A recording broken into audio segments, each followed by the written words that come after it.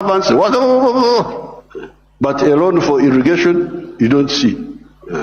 Now, finally, the loan for, I don't know the situation in other African countries, and I don't have time to talk for a long, I don't have opportunity to talk for long. But Uganda is a very rich country. But one of the problems we were having was that our people were outside the money economy. They were in what they call subsistence sector. They just produce for eating, produce for eating, produce for eating. Wanashughulikia tumbo tu. So I was looking for money. Please give me money to give coffee seedlings to these fellows who are just producing for the stomach, so that they can produce for the stomach, but also produce for the pocket, so that they join the money economy. You cannot imagine that by 2013, a few years ago, 68% of the homesteads in Uganda were still in the subsistence sector, in the non-money economy. You audit your countries. What is the situation? What is the percentage of the people? So I had now to use my own money because I couldn't borrow money from anybody. The loans are for capacity building, for, I don't know, sometimes they give for ICT, but ICT is a communication system, mainly. What are you going to communicate on that communication? How are you? Good morning. And you think that is communication. Why don't you have ICT linked with agriculture, linked with industry? Oh, now the digital. Are you eating computers? Have I seen anybody eating computers? Just running up and down. Maneno too. So I was insisting that all these Ugandans must be in the money economy. 2013, not long ago, 68% of Ugandans were outside the money economy, because Uganda is a very rich country. A fool can survive there. In other countries, fools die. But in Uganda, fools can thrive there. They just eat. He stays with his brothers. He eats. He goes from there to the sister. He eats. He's not earning anything, but he's eating. So we said no. Everybody must be involved in the money economy. We couldn't get any support for that, but we funded it ourselves. Each year, we spend about $300 million of our own to make these villagers join the money economy by producing for the stomach, but also for the pocket. And from 2013, I was now told that for the first time, 61% of the people are in the money economy of the homesteads. It is only 39% that are still out. You imagine those are still there, just eating, no money. So therefore, this meeting is, then you get your neo-colonial civil servants. They talk of import support. Imagine there is money for import support. Import support. The governor writes to me, reports, we have got import cover for so many months. But I don't want to import, I want to export. Why don't you tell me about import substitution and export promotion? Instead you are telling me of import support. So money is available for to become more dependent. So I'm very glad to hear what now finally the cash which we told our people about in the 1960s, we told them part of the wars we fought in Uganda were to get rid of the neo-colonial groups which were there, which were stopping us from thinking. We had to get rid of them by force. But one of the problems was Africa producing raw materials. Matière primaire. They call it in Français, matière primaire. Raw materials. Imagine coffee. The global value of coffee is $460 billion. All the coffee producing countries of the world, Brazil, us, all these, we only get 25 billion of that. Out of the 460 billion, the coffee producing countries get 25 billion. And Africa gets only 2.5 billion. 900 million of that comes to Uganda because Uganda produces a lot of coffee. A country like Germany, which has no coffee, earns $65 billion from coffee. So this I sell a kilo of coffee, good grade coffee, $2.5. Somebody in London will get $241 from that 1 kilo Okay, there are other costs on the way. I don't want to, because he's the owner of a restaurant and so on. But coffee roasting, coffee grinding, coffee packing must happen here in Africa. It must happen at source. The shirt I'm putting on is Ugandan cotton. I don't put on foreign clothes. It's only the trousers I'm putting on because I can't go naked, because they have not solved that problem for me. So, if you look at cotton, how many job levels are there? Job levels. You grow the cotton. Okay, that one we do. Those jobs we do. We gene the cotton. Kutoa mbegu, remove the seeds. That one we do here. And we end there. When you hear all these countries which have got crisis, Burkina Faso, I don't know what, Mali, all of them are cotton growing countries. But how much textiles are they producing? They're importing textiles, I don't know from where. So now if you end at level 2, gening, removing the seeds, then you take the pamba, you take the cotton, to clever people who are clever, watu wenye akili, wako huko, sisi hapo tutajiita vipi? Kama mtu anakuzidi akili wewe unasema wewe nani? So they take the cotton, they spinning, more money, more jobs for their children. They weave, more money, more jobs for their children. They put the print, more money, more jobs for their children. I looked at the figures. Uganda consumes 276 million meters of textiles each year. And that wonderful country of yours spends $880 million on clothes. Some of them dead people's clothes from Europe. When people die, their clothes, they are sent to you people, to Africa. And we spend 800, all the money we earn from coffee goes back to bring dead people's clothes. But we have got one factory there called Nitil. It produces 25 million million meters. So in order to clothe our people in Uganda without importing, we need about 11 factories like the one of Nitil. And they would employ about 20,000 people.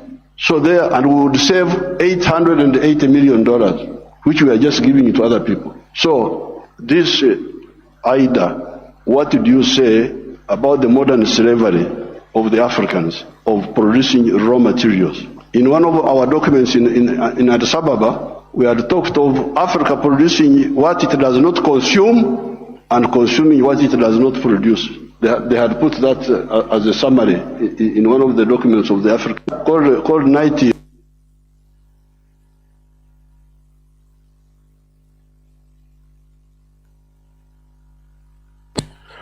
Good morning, good afternoon, good evening, and good night, great Biafrans and lovers of freedom. This is Radio Biafra HAUSA-SERVICE coming to you through the auspices of Radio Biafra London. My name remains Mazi Chinedu from Alo province of Biafra land, and we are here live and direct. Today is the 6th day of the month of June 2024. Therefore, I welcome each and every one of you to welcome your friends and well-wishers onto this hallowed platform. This is a platform established in order to positively radicalize our way of thinking, so that we think, we reason like human beings. This platform was started by Mazi Nnamdi Kanu, who is the leader of the indigenous people of Biafra.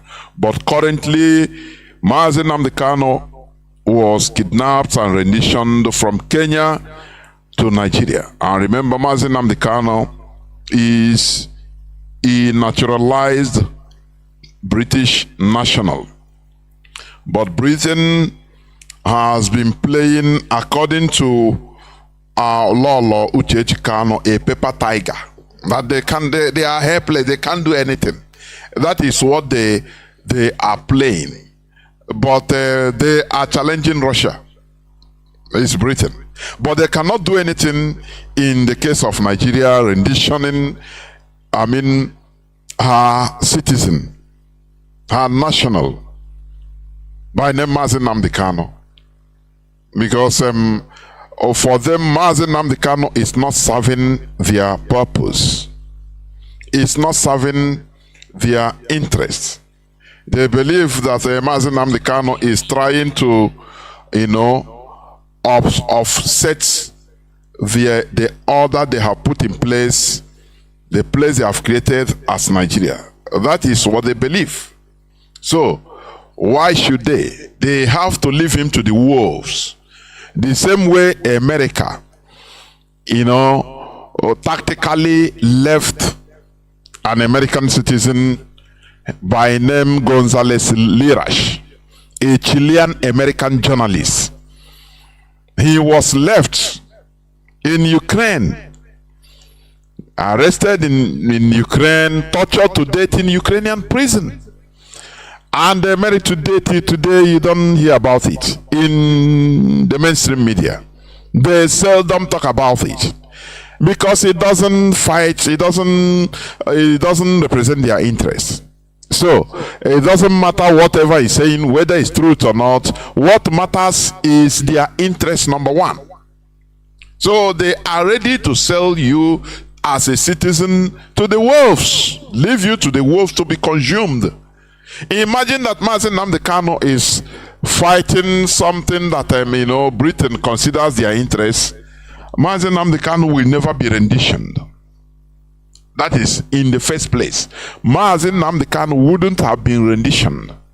I am telling you this for you to understand the type of the world we are living in. It's a hypocritical world, a world of hypocrisy, where they will come and start lecturing us on, rule of law, democracy, obeying, obedience to the rule of law, maintaining the rule of law. But they are the hypocrites of this world.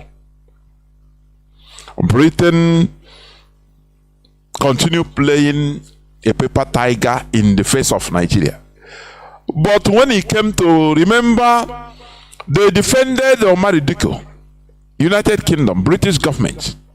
They defended the criminal because he brought money. He brought money. He looted money from Nigeria and brought it to the United Kingdom. So they welcome him, a criminal.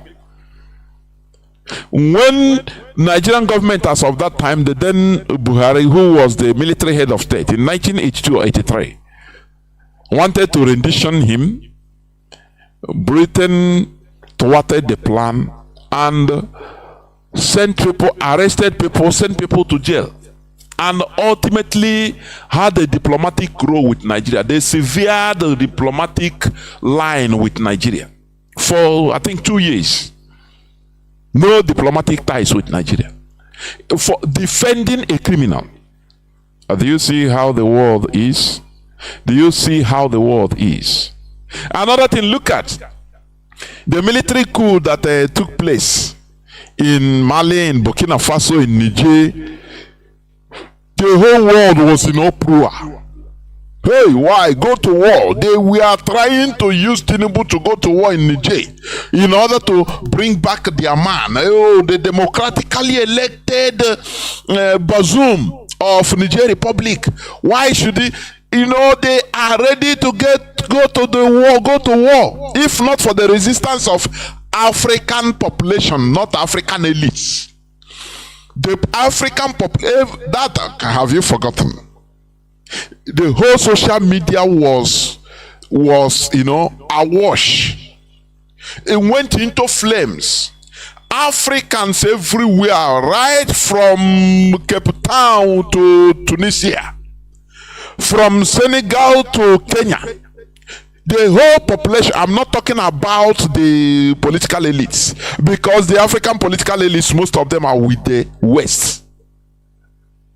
The whole African population rose up, mostly in the social media, challenging those that want to go to fight war in Niger Republic, that they have to kill the whole Africans, because African population will pump in there in order to resist them. and they saw that it was a no-go area, and they calmed down. They now try to use another method, soft method, in order to cow them. Remember the uproar in Niger military takeover. France wanted to spitting fire direct. He attacked, he provoked Niger, the new the junta, by attacking and releasing terrorists that were in jail in Niger Republic. But the same coup, military coup, took place in Gabon. And do you know what? A few days ago, the military junta that took over in Gabon went to France. I think it was last week, and dined with Macron. They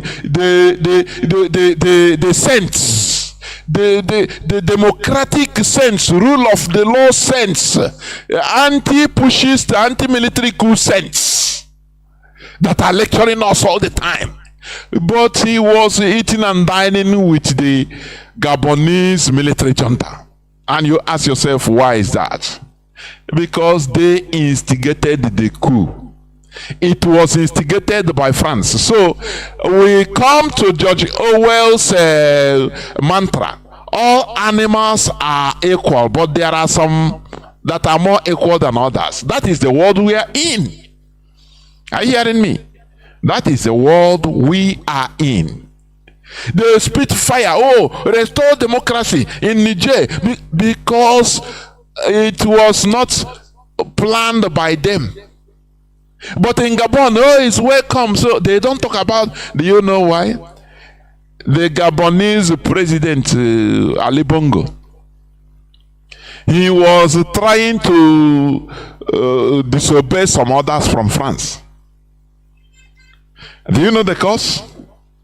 One of the main causes is that they have seen that France is taking, Europeans are taking much, biting much they can chew. You know, and do you know that they seized many properties of Omar Bongo, his father? Many of their properties in France and many other European countries. Do you know that? They say it is ill-gotten riches. But they allow the then Omar Bongo Odemba, who was the #1 friend of Jacques Chirac and French presidents. They allowed him to loot his country dry and bring many of the loots, built many things in France and other European countries. They were eating and dining. Now, at this time, they now started, the man has gone. Now they want to seize everything, but their son said, no, this is our legitimate property. Now they put it that you people make this thing. Your father made this. How did he make the money? It's ill-gotten. So they seize the whole properties. That is where Ali Bongo now started being disgruntled against France. If they call him in the morning, you know, because all these African presidents, they are colonial masters. Every morning they call them to give them order. If they call him in the morning now, maybe his PA will answer and say, no, Omar Bongo, he never wake, he's in a meeting. So they see that this man is now trying to do another thing, rebel against us. That's why they struck. In Gabon, I mean. Removing the Gabonese president. There is no sin. Everything is okay. They didn't shout down on it because they signed the contract with the new Gabonese military junta to be taking out anything they want. They are destroying Gabonese bushes, the equatorial forest there. Just watch out, watch what is happening in Gabon and in Cameroon. The equatorial forest that is second only to the Amazon is being destroyed by the Europeans. Are you hearing me? Down to even part of Nigeria. In our own southern Nigeria. Everything is for them. This is the world we are in. I am saying this thing for you to understand the type of fight we are in. It is a fight for our survival, to turn the status quo of the world order. That is why today I am going to talk about also, just a brief, about living the continuous colonial legacy. I'm going to talk on it about the world order. The world order. How they structure the world to make Africa a place, a supplier of cheap raw materials. That is what is happening today. Supplier of cheap raw materials, both human beings, both material, any type of materials. That is what I'm going to talk about today, a little bit, because I'm going to continue on this series of living the continuous colonial legacy. But before that, I will read one report, about the court proceeding concerning update on a case filed before the Federal High Court, Owerri, Imo State, by Mazi Chinedu against the Minister of Defense and Chief of Defense Staff in suit number FHCOW-FHR 29/2024. That is what, let me read it first, because it concerns also our leader. Are you hearing me? Because in the temporal absence of Mazi Nnamdi Kanu, the DOS is in command, is in control, is in charge. And the DOS is headed by Mazi Chinedu. You have to deal with it. That is the reality facing us. So anything that concerns Mazi Chinedu, the DOS, concerns us all. Let me read it. This is a write-up by our erudite lawyer, our attorney, Sir Ifeanyi Ejiofor Esquire. Is our lawyer, IPOB lead counsel. You have to do it. That is it. That is the reality. Now, let me go. The Federal High Court of Nigeria, sitting in Owerri today, being the 6th day of June 2024, commenced proceedings in a fundamental rights enforcement suit filed by Mazi Chinedu, the head of the Directorate of State of the Indigenous People of Biafra, IPOB, against the Chief of Defense Staff and Minister of Defense, to challenge his unlawful and illegal declaration as a wanted person. His Lordship today granted our application to effect the service of the originating process filed in the suit on the Minister of Defense and Chief of Defense Staff through their legal unit in Abuja. Brief facts. Recall that on the 22nd of March 2024, the Defense Headquarters, without any lawful justification whatsoever, published the name of Mazi Chinedu and consequently declared and treated him as a terrorist, insurgent, kidnapper, violent criminal, and wanted person. His photograph was further published as an insurgent and violent criminal operating in the southeast. This was contained in the Defense Headquarters First Edition 2024 publication. 2. It is to be noted that Mazi Chinedu was never at any time given any invitation or accused of committing any offense by the Nigeria Defense Headquarters to warrant being treated in such an unlawful and unconstitutional manner. Number 3, in view of the foregoing, we instituted an action on behalf of Mazi Chinedu before the Federal High Court, Owerri, Imo State, for the enforcement of his fundamental human rights, extantly guaranteed under Chapter 4 of the Constitution, which said his rights were grossly violated by the Defense Headquarters by their unlawful declaration. The matter has been adjourned to a later date for the hearing of the substantive application. We shall continue to keep Ezigbo Umu Chineke updated of every development in this case, but be assured that justice will be served in the end. We thank the Most High Chukwuka Abiyama for safe flight back to Abuja. We shall continue to admonish Ezigbo Umu Chineke to always remain focused, vigilant, and trust absolutely in the power of Almighty for his unlimited ability to do justice to all manner of men. Be assured that the land of Biafra shall definitely expose and deal decisively with the evil monsters and soulless beings who are today kidnapping, killing, maiming, raping, desecrating, and devouring our land. They shall have no escape route because their cup is filled already. It is only a matter of time. They shall account for all their evil deeds. Thank you, and God bless you all. Even as we continue to move, Sir Ifeanyi Ejiofor Esquire, IPOB's lead counsel, 6th day of June 2024. That is it. So we must continue. We shall never allow any type of intimidation, because as Mazi Nnamdi Kanu has been saying, we shall defeat them in their court of law. That is who we are. Because we are not doing anything wrong. Why should they publish our leaders, Mazi Chinedu's photo, that he is a terrorist, a criminal?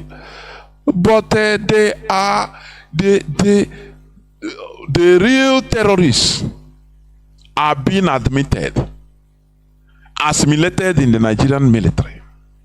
You see that? Or the real terrorists. So before I go, let me just read just few news headlines. There are many, but let me just go but a few. You know, we saw what is happening in Aba. The smoke screen being used by Nigeria. Do you remember when George Bush Jr., when he wanted to attack Iraq, he used smoke screen.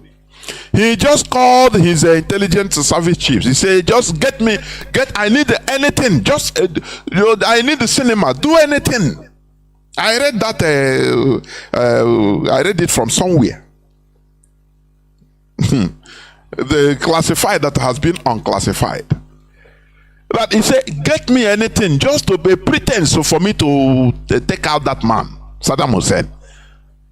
And they started digging, they started trying to concoct something. That is smoke screen, false flag operation. That is what is being called. The same thing the Nigerian government did during the war. They used Biafra uniforms and they entered some of our Biafran communities mostly in coastal region. They gather, they say we are Biafran, so look, we are your people, we are, many of them will speak Igbo, even in Nigerian military. Hausas, many speak Igbo. Yorubas, many of them speak Igbo. Many saboteurs also, Igbo saboteurs that are with them, they join. They say, we are Biafra. What are you running? We are Biafra. We have come to guide you. And in the night, they started massacring them. And these people, till today, many of it is now people's eyes are being opened. Many of them, they say, as they are massacring, they say, we are Biafrans. You people are, they started talking obscenities on them. In order to what is the reason? To create hatred against Biafra.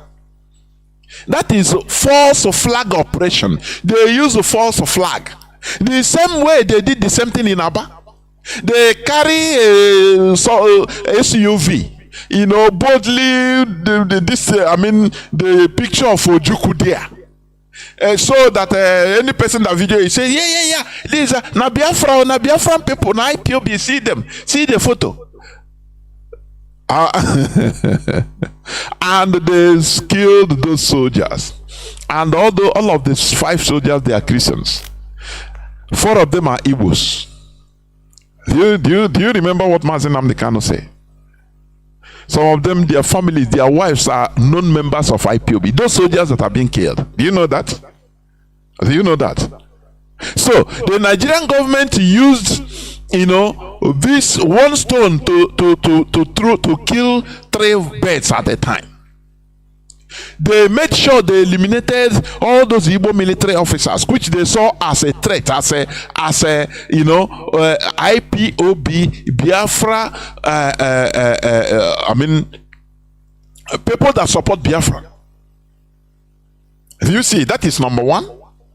Number two, they also use that opportunity to come back and say, you people have killed this IPOB. Oh, it's IPOB that killed it. To the extent, the next hour, it is the Supreme Court governor imposed in Imo State through the tacit support, direct support of this Bolombolo, the Iwanyawo, Hadel and Enik. Direct support. He supported. They are the people that brought hope to power. Remember, making him wanted to rise up to. He said they told him. Iwanyawo told him, "Look, keep quiet before you become a political leper.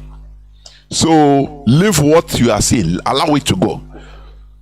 And they impose somebody from the fourth position. Do you see, when a criminal is in the aims of affairs of a people, the people suffers. Do you see? Because it's not the people's choice. Then everybody knows he's a criminal. Are you hearing me? So he continue killing. A killer will continue killing. So this man is what Hope Uzodinma is the direct contact of Nigerian government in our southeast. Number one. He is number one. They use him to organize DSS officers. People are talking about no, please don't call their name. The people they use is direct DSS officers, direct, in order to carry out that operation. They kill these people who are, IPOB supporters, secret supporters, the military. Do you see that? Igbo military officers. They made sure. How do you think? They made sure it is not no Fulani, no Muslim is there. No Northerner that is a Muslim is there. They know.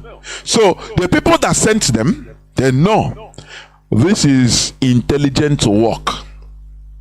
Smoke screen.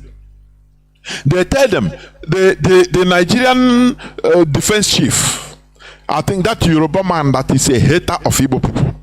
He just told him, he said, just give me anything as a pretext so that I will go and massacre the Igbo youths in Aba. And try to destroy what the current governor of Abia State is doing. The good work. Have you seen in a country whereby they don't want any place to try to even go on develop? They will gather and fight. That place is a hellish, is a devilish place. I am telling you.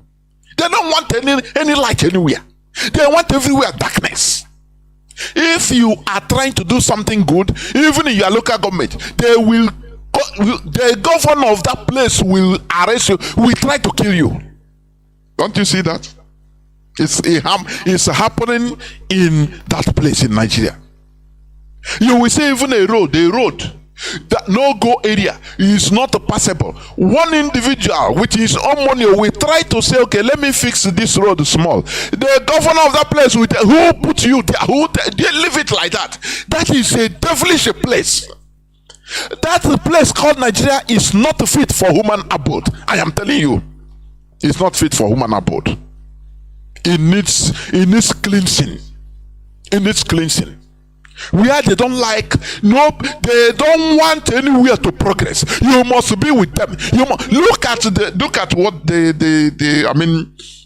NLC, Labour Congress, they are fighting for increase in the wage. The lowest wage. They are fighting 30,000, which even they are not all the states are paying. The workers are not receiving their salary.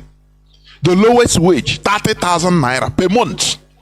Whereas one bag of rice is 95,000 going to 100,000 naira. How many wages can buy rice? Have you ever seen a country like this before in this world? Have you ever? Nigeria is a racist construct. Our leader described it. It's a place not fit for human beings to live. I am telling you, what Britain concocted there, we need to dismantle this. It is in order to save human beings, in order to save life. That is what we are doing. Because Nigeria is not fit for human abode, for people to live, human beings to live inside. Now, what they want is, as a governor, I know that the governor Lex Oti have been receiving secret admonition, private admonition. Now, in a nature, you want to make us shame now that we cannot do anything. Do you know that people believe, to the extent, many people believe that Aba, mostly Aba in Abia State, is irreparable. Do you know that? To the extent, when I was little, there was a time I lived in Abai Beach, in Fox Road. I even that time I say, how can a place be like this? If you go out and rain fall, there are places you don't need to go back because there is no way, you cannot. You know, for many decades, with the talents that are abound in Aba, and now suffer people, human beings. People are being suffered artificially. The suffering of people is artificial. Until we understand this.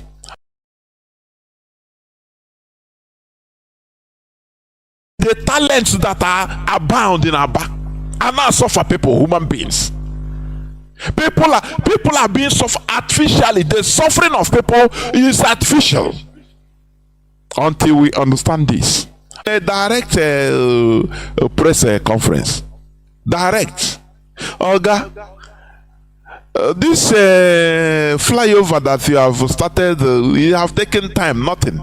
Is moribund. I hope many of you heard what is the former governor's Abia State governor's name? What is that I know here? Or that build audio airport, Abia Airport audio, and siphoned 10 billion naira. I think you heard what he told that young man. He made the man to shame. You are talking of flyover. Do you even have a car? What is your concern with the flyover?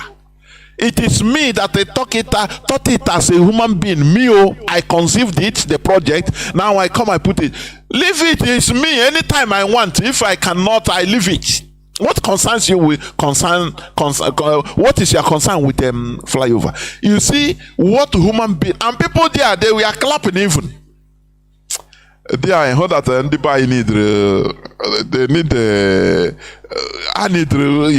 they need a doctor, mental doctor. I am telling you, psychological doctor, physician. They need a physician. Our people. In another country, in other countries, that politician that said that thing will not get out from that place. He will uproar immediately, and not saying tomorrow. Uproar immediately. That man will never move away from. He will not get out from that place. But in our way, now sit down. Now, before you talk, others will say, "Nah, jealousy. He is a governor. Can you be a governor in your life? Look at you." You know, our people know how to make a caricature of themselves. Let me call it themselves for nothing. Now you the jealous him because he's a governor. Not him you that started. Why you get car? You talk to a governor. Now you get car yourself. Maybe keke they enter. It's a wood, yo. Do you see this primitive mentality? If we never remove it from our lives, I am telling you,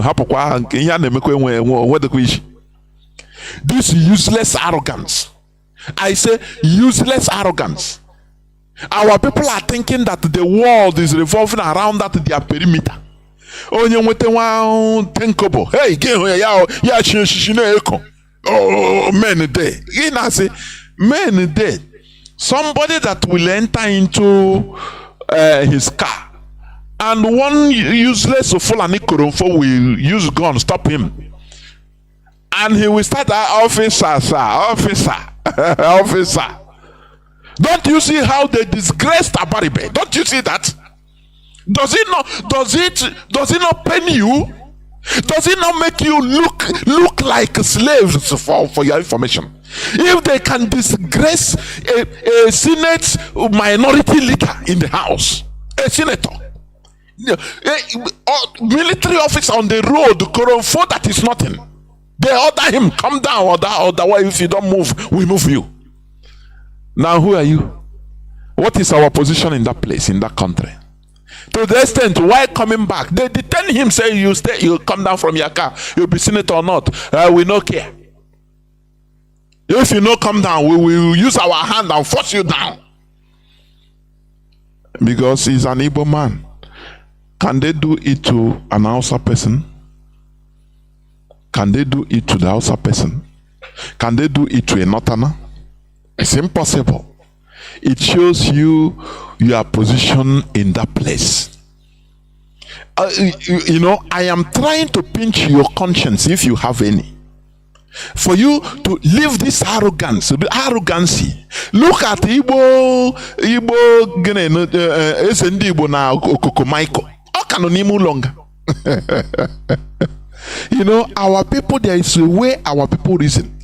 Very primitive. I used to, sometimes if I'm scrolling on social media, I used to see our people the way they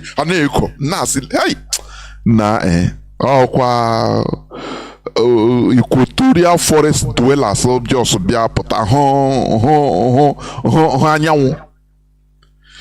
you see many of us, you think that the world is revolving around because no one small thing.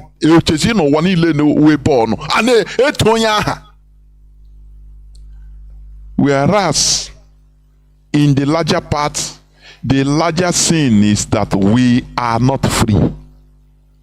We are not free. Take the case of Abaribe being molested on the road.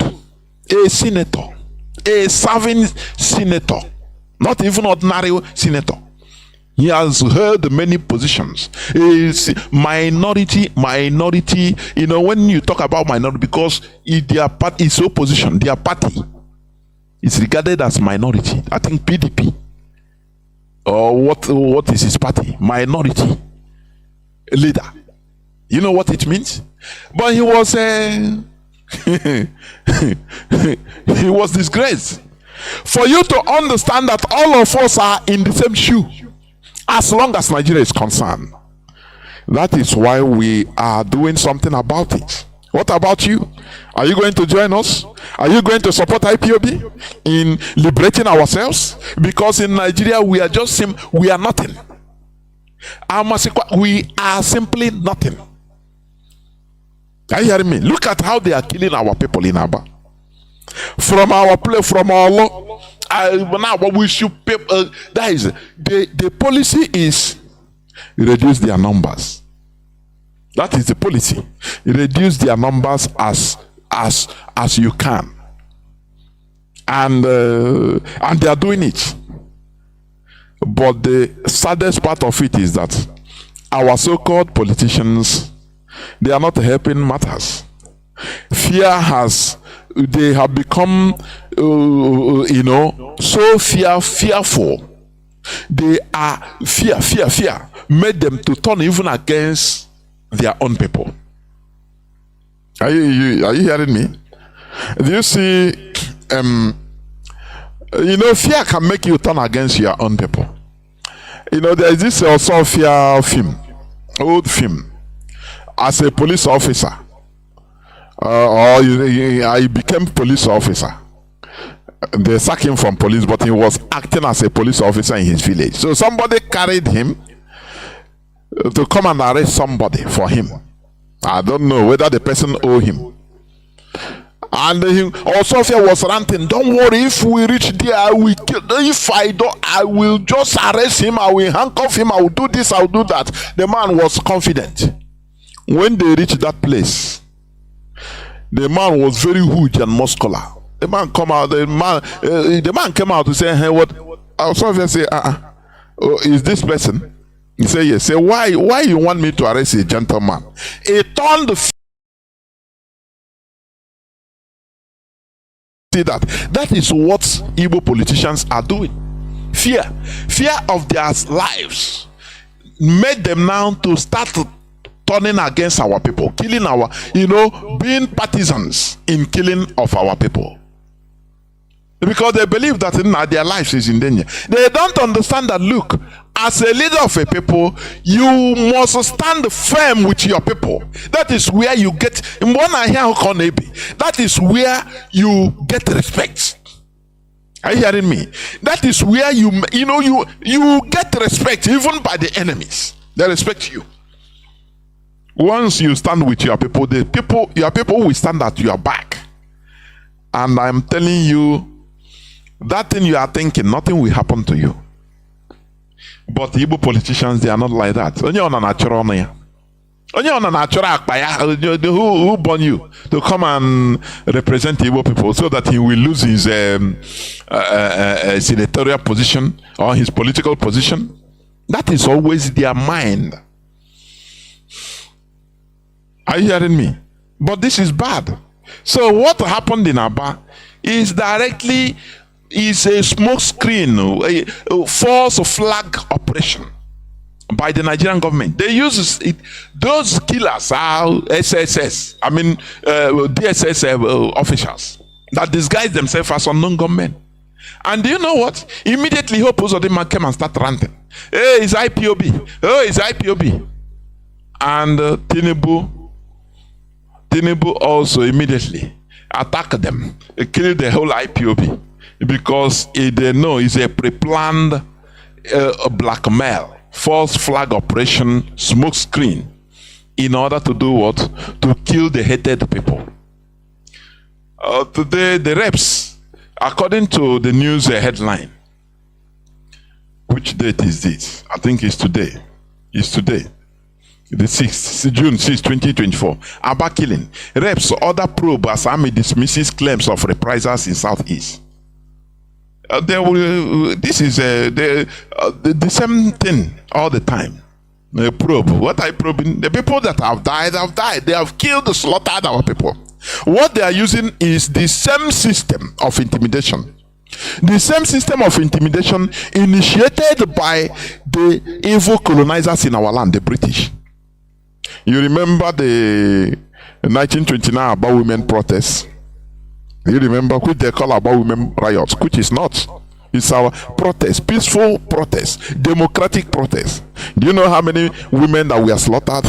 More than 50 of them in that protest, peaceful protest, by the British soldiers.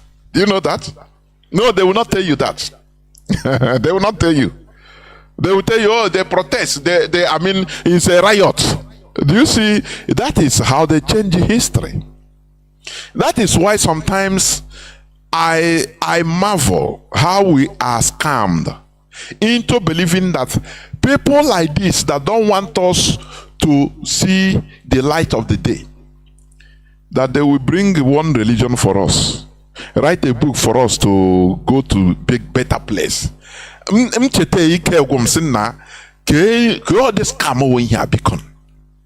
we fall into that trap.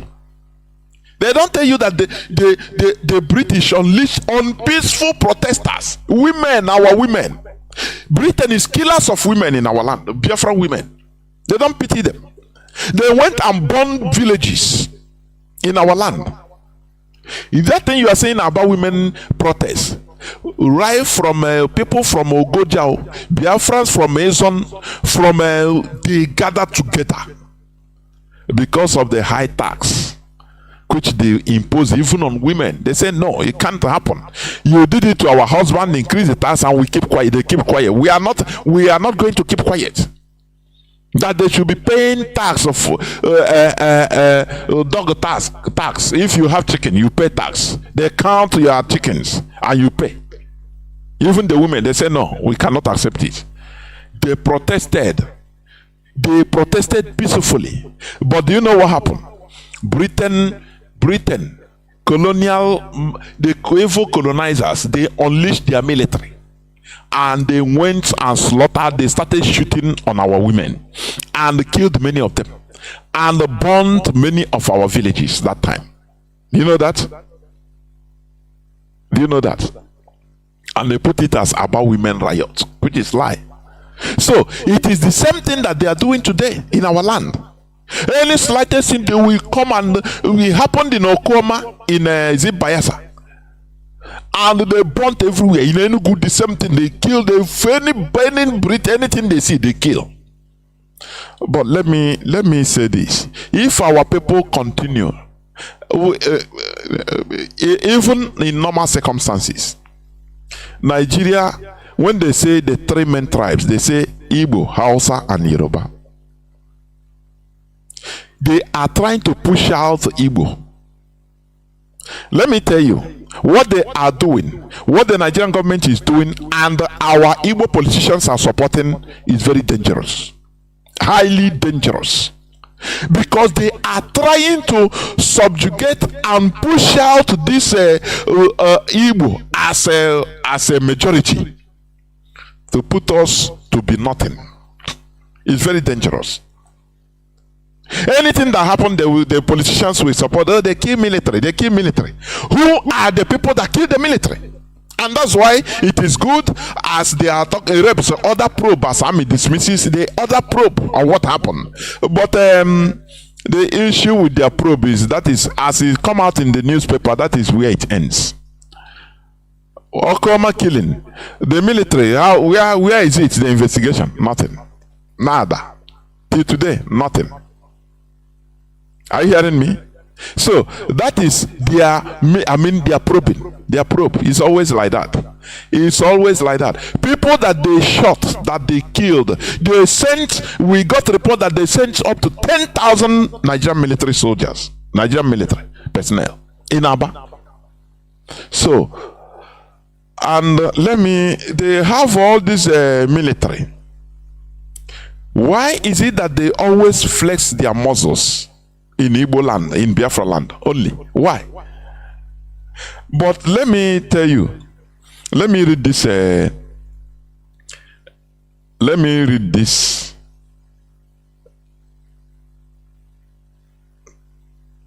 read another news headline.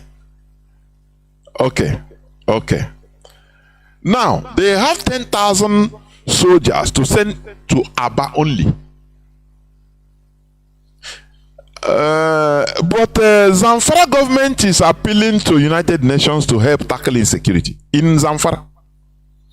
I think on 14th of last month, I read it in the news, that they killed up to 5 policemen and abducted 500 citizens of Zamfara by the Fulani terrorists you call bandits. The Fulani warriors, according to Sheikh Gumi, he says they are warriors. But they don't talk about it. They don't send massive soldiers. Are you hearing me? That is just I'm trying to point out to you what is happening in a place you call Nigeria. Why Zamfara government is appealing to United Nations to tackle insecurity in Zamfara, a state in Nigeria, which means Nigeria has failed, but they are sending their massive military to Aba. Does it make sense? No. Does it make sense to you? Zamfara now is appealing to the United Nations, international community. Say now the thing insecurity here is overwhelming, because they kill soldiers every day. They kill the military as they want. They abduct the citizens. No, nothing, no security. Where are the Nigerian soldiers? Where are the Nigerian military that only have power when it comes to Biafra land? Is this a place that we continue? They think that they will intimidate us with the power of gun. It's impossible. This thing makes us more harder. Do you know what? Harder and harder and harder. It makes us to become more hard, to be suicidal more. The more they try to intimidate us to stop. You can never quench the fire of Biafra with the barrel of God. It's impossible. You cannot conquer ideology. It's completely impossible. Do you hear what I'm saying? That is the reality. Whereas in the north, listen, in the north, in the north, insecurity everywhere. The terrorists are on the rampage. Nigerian military are running away from there. Are you hearing? The Nigerian military are running away from there. Now, where they are coming is in a soft place that nothing happened. That is where they are sending 10,000 soldiers to come and kill kill innocent people. Does it make sense to you? Do they think that they are going to subdue us with the barrel of gun? You can never kill an ideology. It's impossible. You can never kill an ideology with a barrel of gun. You can only subdue ideology with a superior ideology. That is one thing the Jews don't know. You can only, listen, you can only subdue an ideology with a superior ideology. And that is why it's not by barrel of gun or by intimidation. That is why, like, we continue holding our religious program. It's not we are not cajoling people. That is why I used to invite people. I say, come, even if you have opposites, I want us to debate, have a robust, brotherly, symbiotic debate, so that superior argument we reign, we rule. That is it. Because anything ideology, you cannot subdue it with barrel of gun. It's impossible. But with superior argument, and that is why we have been going on argument, on our debate. Are you hearing me?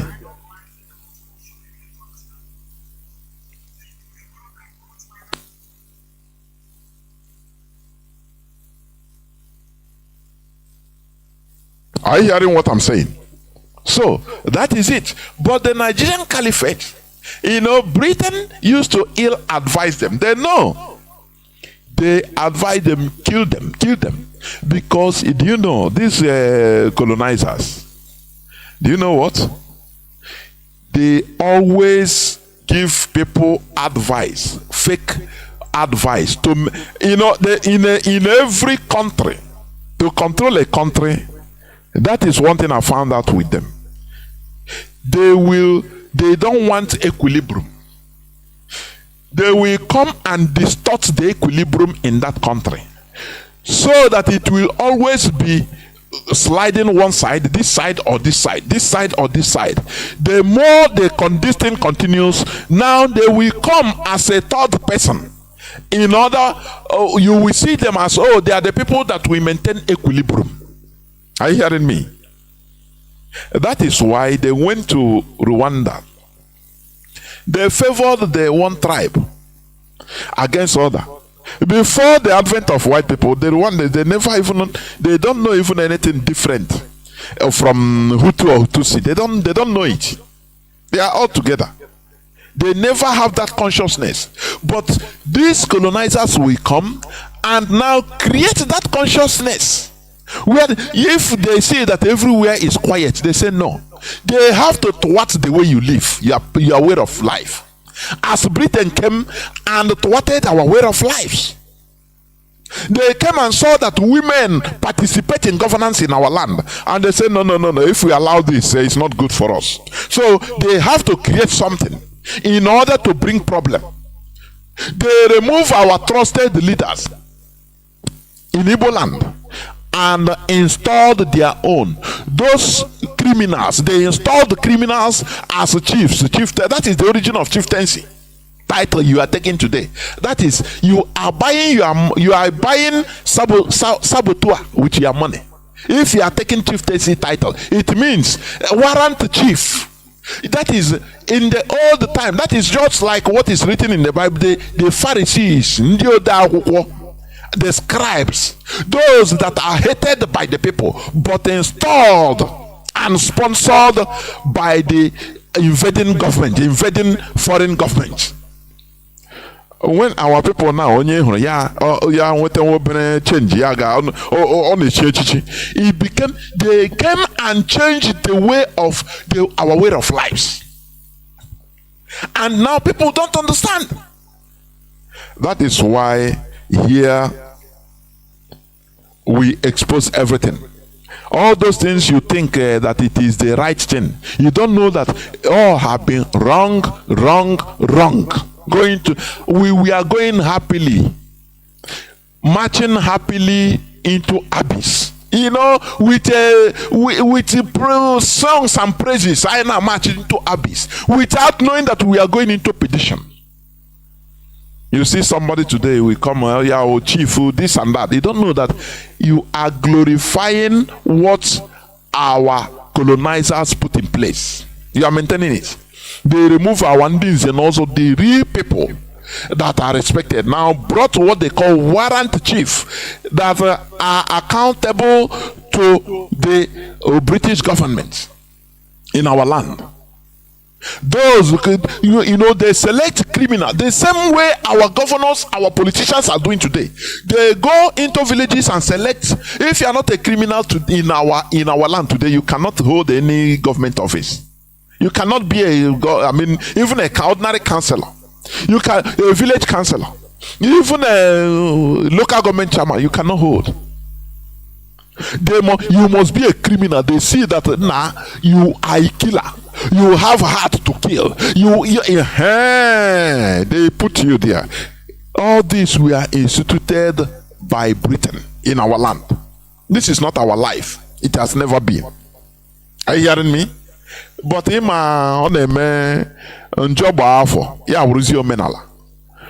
that you see somebody now, you are buying something.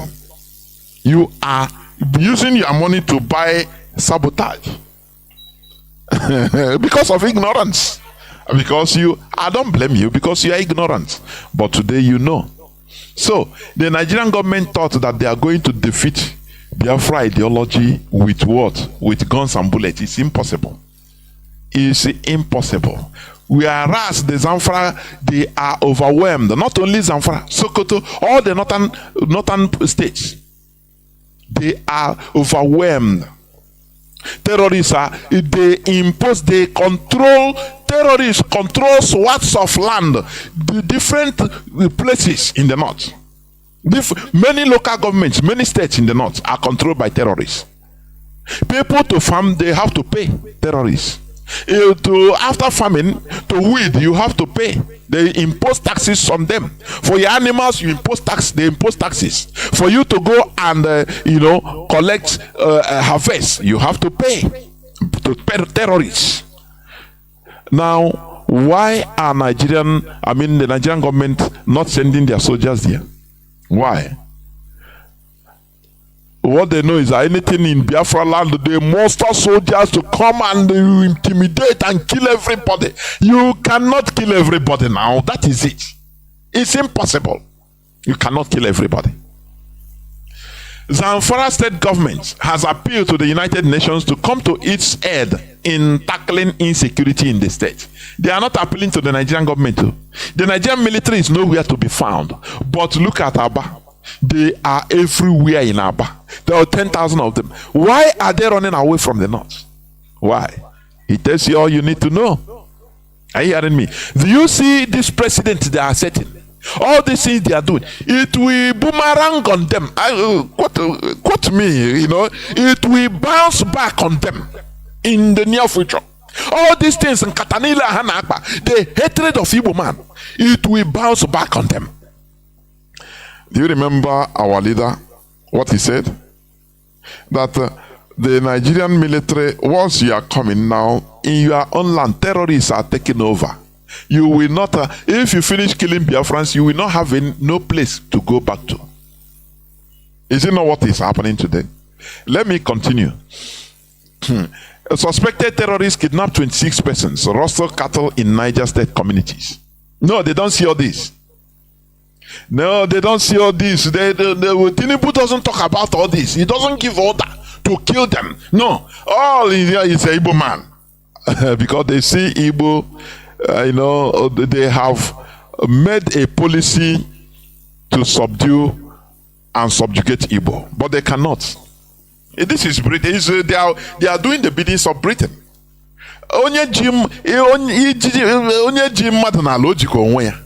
That is the thing. You hold me on the ground, though. You stay there for ground. Because if you rise up, I rise up. That is what we are.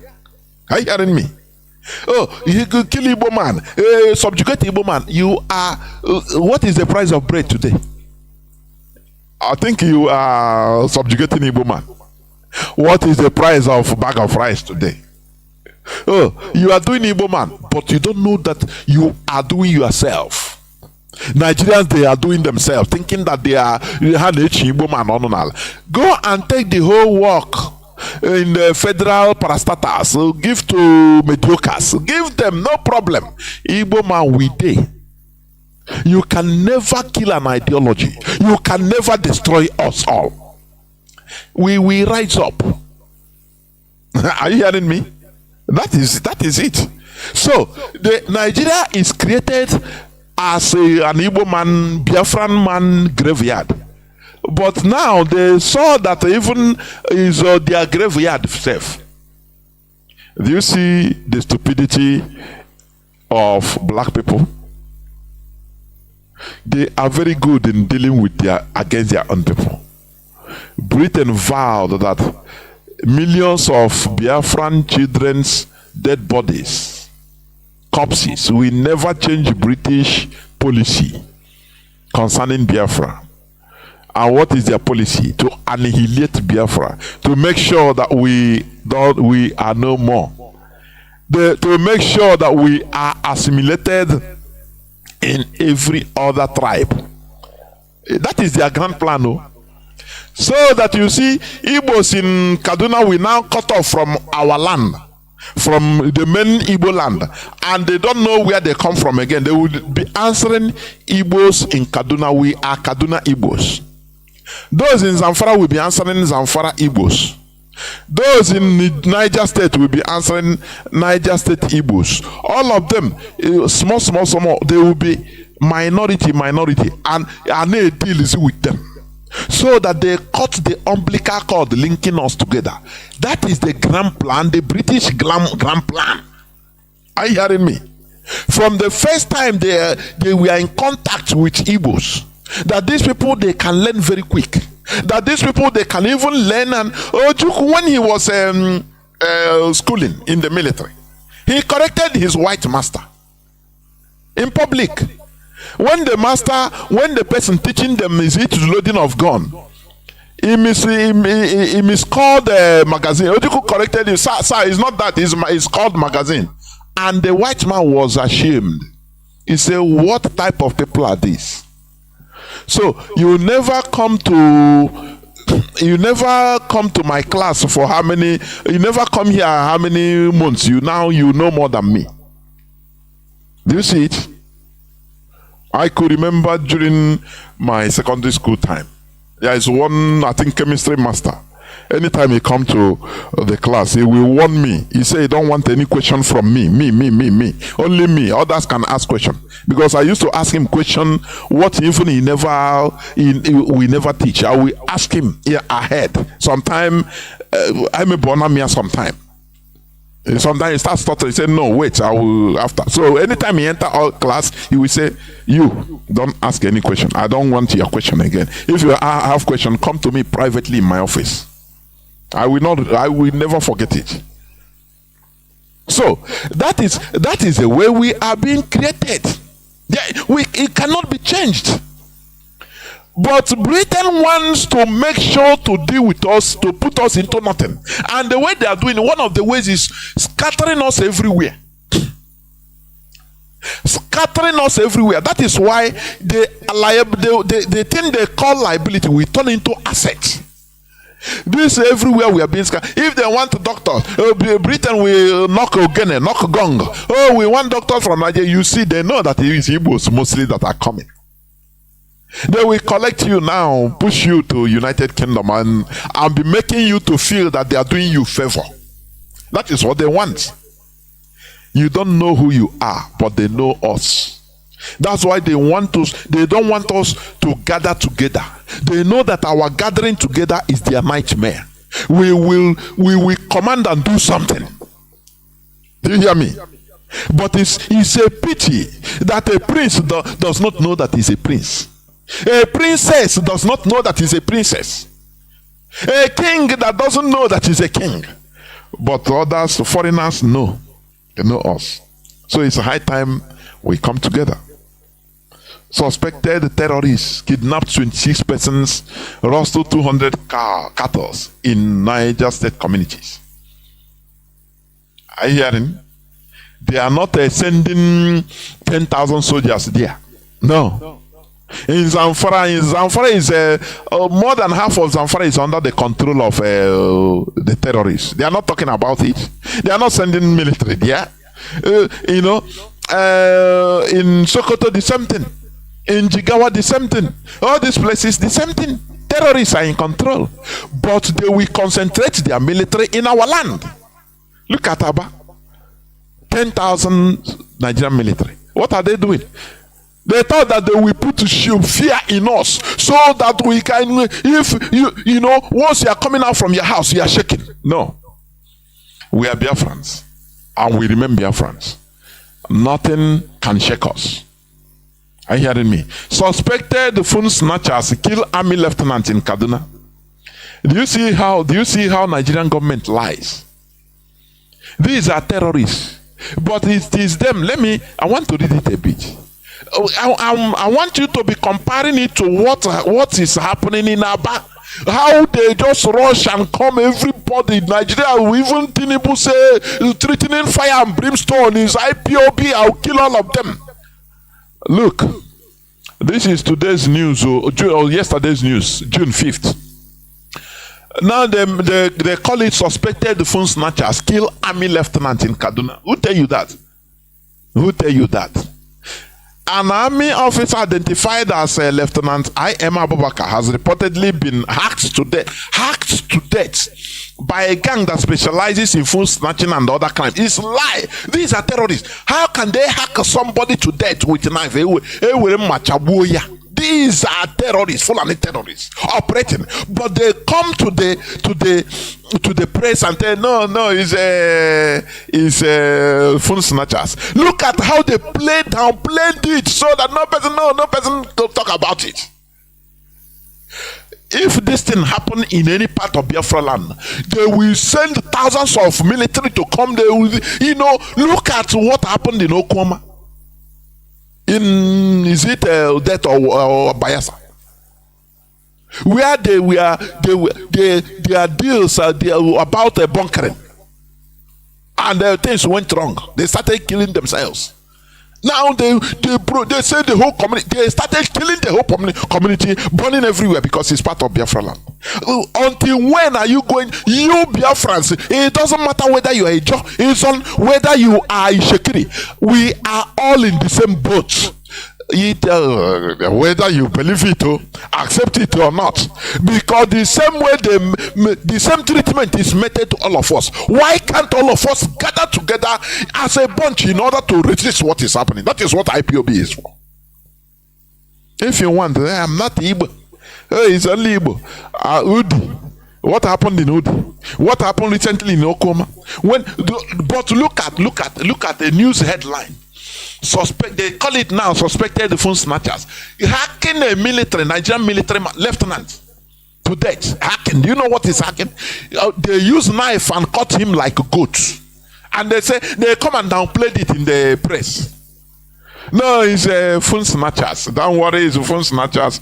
Now at the end, I want to say, okay, Lieutenant. I'm reading at the end. Lieutenant I.M. Abak, a young talented army officer, was killed by phone snatchers on his way home, Kaduna. May his soul rest in peace. That one is gone. But they sent 10,000 Nigerian soldiers killing innocent people in Aba. This one happened just I think 2 days ago in Kaduna State. They downplayed it in the press, in the media. No, it's a phone snatchers. They hacked the man to death, a Nigerian military officer. Tinubu, he didn't reach to Tinubu. They didn't talk about it. Do you see the hypocrisy that Nigeria means for us? In Okwama, they gather the villagers, say they are in a peace meeting. Come, they even cook and eat after they started to open fire and kill the men, women, pregnant, children, all. When we are mumutu, Charlie boy say our mumu never do. Our mumu never do. In Abba the same thing. In Enugu the same thing. In Udi the same thing. But once it's in the north, they play it down. No, it's Sheikh Gumi say these terrorists are they are their warriors. Did you hear them? Any person make noise? It's their warriors, so they operate as they want. They kill Nigerian soldiers as they want. And instead of dealing with them, now let me bring the last, before I go into. There are many things to talk about, but there is this one about how Nigeria, the military, they say how many Boko Haram surrender to them. Wait, let me see. It's normal thing now. Whereas they are killing innocent people in Aba, in different parts of Biafra land. The same yesterday's news say over 170 repentant Boko Haram terrorists surrender to troops of multinational joint task force. Hooray! Hallelujah! Hell, sometimes our politicians they are idiots. I am telling you, they are idiots. Forget about they are. Let me tell you. For you to defend your people, you must be radical. And for you to be representing your people and get something out of it, you must be radical. And it doesn't matter, even your enemies, they will start respecting you. They are silently assimilating Boko Haram, different types of terrorists, Fulani terrorists, into the Nigerian army and sending them down to Biafra land. Nothing. No, it doesn't. That is why you see the way they massacre innocent people in our land. If we have our Republic of Biafra, do you think that a Biafran soldier will just carry gun, cock, and kill his fellow Biafran? That person will be sentenced to public execution. You see that? They say at least 176 Boko Haram fighters said to be repentant have laid down their arms and surrendered to troops. You know where they are heading now. Now they are bringing them heading down south. For you to understand the mess we are in, I want you to understand the mess we are in. Are you hearing me? We are in a greater mess than we think until we get out of Nigeria. And the last but not the least, they say Nigeria joins Somalia. I'm just reading the headlines because I want to talk about the topic. And quickly, Nigeria joins Somalia, others on list of hunger hotspots, likely to be soon hit by acute food insecurity. Do you see? Let me tell you, Bill Gates' agenda is in complete, is going on. Can you tell me a country with 200 and something million population, with their lands are almost more than 80% arable. Now they are suffering of hunger. A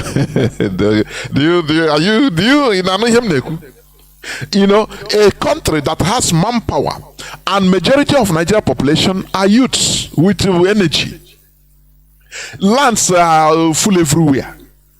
People are, you see people that are ready to work, but no, there is hunger. Don't you see that there is something seriously wrong? Do you see China? Do you see what China is doing? I post it on my Facebook timeline. Jonas Raphael. China is reversing the encroachment of deserts in their land. They are turning deserts to green. Are you hearing me? China turning deserts to green. Green area. Planting, turning it deserts. But look at Lake Chad. Lake Chad has lost, I think it has lost more than 90% of its volume since all these years. More than 90%. No talking of, no action of, reversing it. Desert is rapidly encroaching in northern Nigeria. They are not talking about it. They are using it as a political tool. Then we go and say, no, it's desert. It's climate change. Don't you hear Buhari saying it, using it? That's why Fulani headsmen are going to the south, though they are key and they are having, they are fighting on the resources in farmers' headers clash. They are using it as political tool. Whereas China, they are fighting for their survival, the survival of their children in future, reversing deserts. Do you see the country we are in? Nigeria joins Somalia, others on list of hunger hotspots, likely to be soon hit by acute food insecurity. That is the reason why IPOB is encouraging our people to go back to farm. Not only looking for money. If you have money and have nothing to buy, don't see nothing to buy. Or if you have money and now you start, the only thing in the market is all this GMO, which is what they are doing. Because Bill Gates paid the Nigerian government for the Fulani headsmen to be on the rampage everywhere, destroying people's farms. It's the grand agenda, for your information. So that there will be food dependency. I have preached it here. There will be food insecurity. And now they will tell you, look, the solution is this food, this seedling. There is a place, let me see. Okay, now look at a country of 200 and something million that's supposed to have food, that is, and there is land everywhere. There is a good lands that are good, land that is good for agriculture everywhere, arable land. But they are dying of hunger. What does it tell you? The Fulani, they are on the mission, deadly mission. They don't even know. Let me tell you, the Fulani Caliphate don't even know what America and the West is using them. They don't know. What blinds them is, don't worry, Allah has given it to you. Just conquer, because the West, they are always supporting Islam. What I'm telling you is pure truth. It's a historical fact. Right from Afghanistan to everywhere. It is what they support. Even in the Middle East. You understand? The Fulani, they don't even know the type of dirty and dangerous mission they are engaging. It will affect them because the West don't like them. They see them as also black Neanderthals. They will fall victim of this GMO also. Now, do you know what? Nigeria plans to suspend import duties, other tariffs on staple foods, drugs to erase inflation. Do you see? Do you see? Are you connecting the dots? The Fulani headsmen, they're on the rampage, destroying farms and causing fear in the hearts of people so that people will not go to farm. Now, Bill Gates have prepared his genetically modified organism food, which is not healthy for consumption. It makes people sterile, and it causes cancer.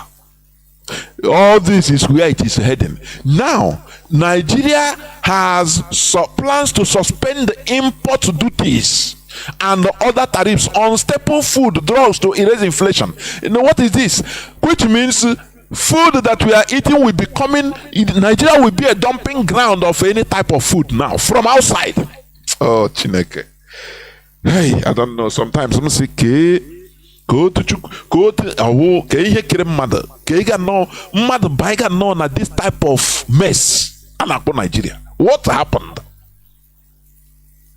You have a very vibrant population. All that matters to them is looting. Because they believe that this thing doesn't concern them. Even if they import food, they are not going to eat all those imported food. Obasanjo have his otter farm. They have their organic farms where they will be eating. Even if it is till they die, they will not buy all these things. But now they will open borders so that food staple from everywhere around the world will flow into Nigeria. They will remove the tariffs, import duties. And now you see people that they are making money now. Hey, people don't understand what this thing means. They don't understand. What type of people are these in Nigeria? Before you know now, people will start going out. Oh, yeah, also now, and you will see people will start giving glory to Jesus, to their Jesus.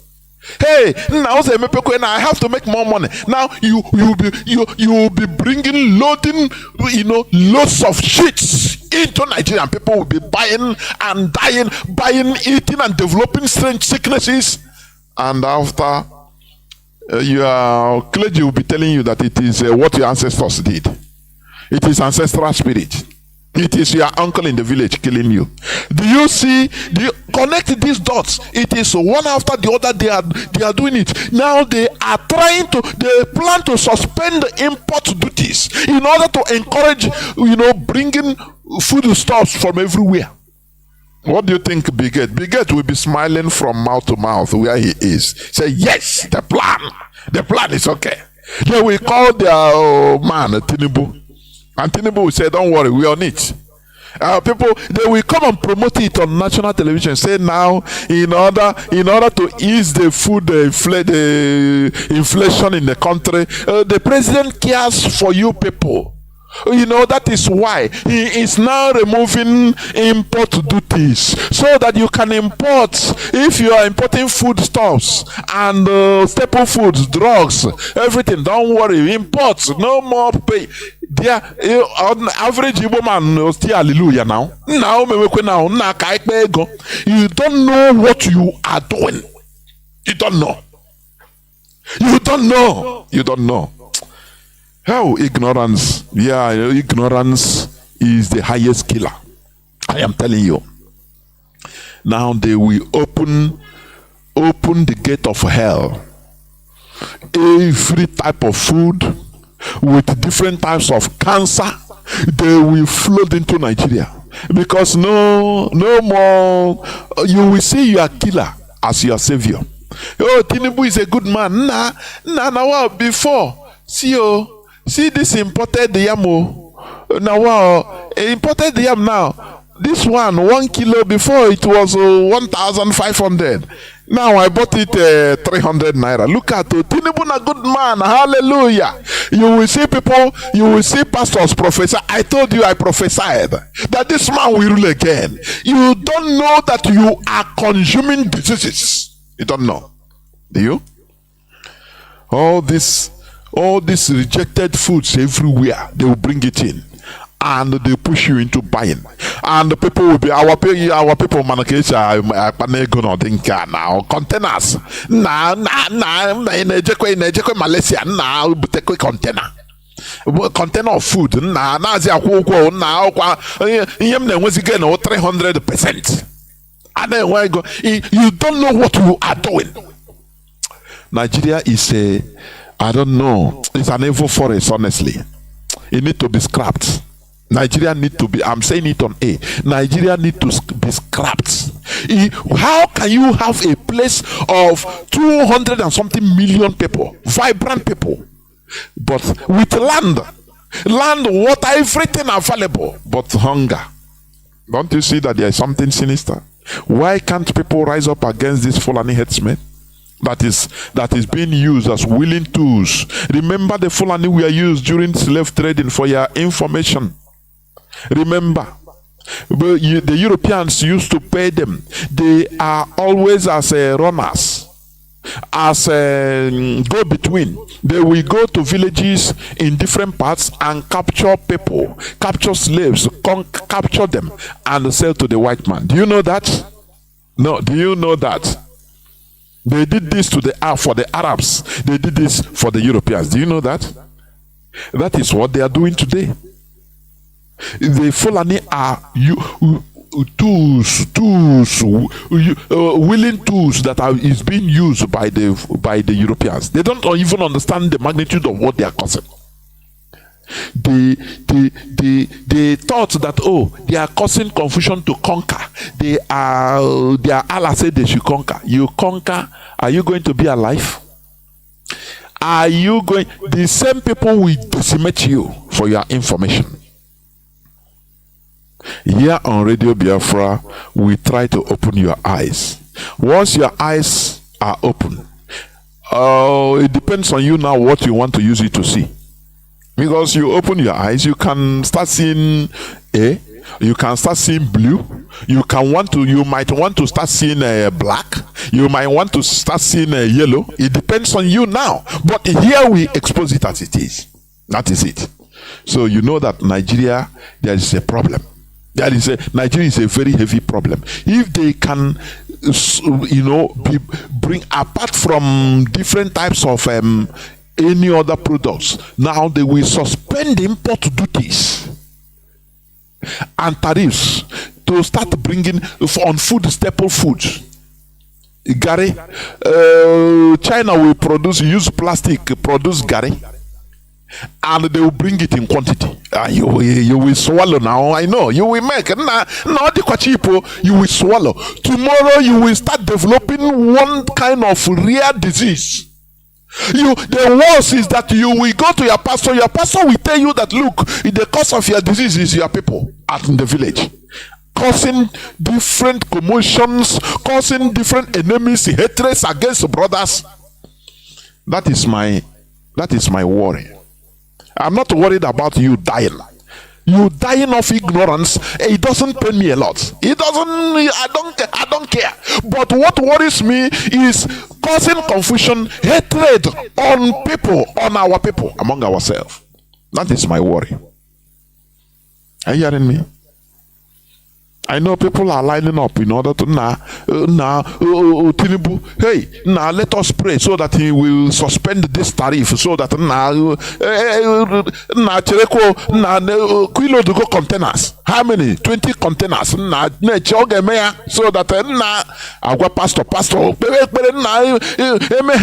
I will give you the tithes. The one container is for you. You don't know what you are doing. Do you? Let me quickly rush. I know I will not finish it. As I said, I will go into this topic, living the continuous colonial legacy.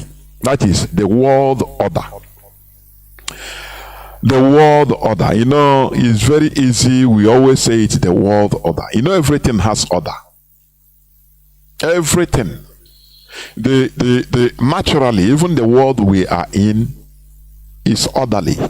That is why when you throw something up, it comes down. It reaches to an extent that force that you apply in throwing it up, when that force is no more, because it goes on friction, the force of gravity, what is called that force of gravity, is acting on it. It will start coming down.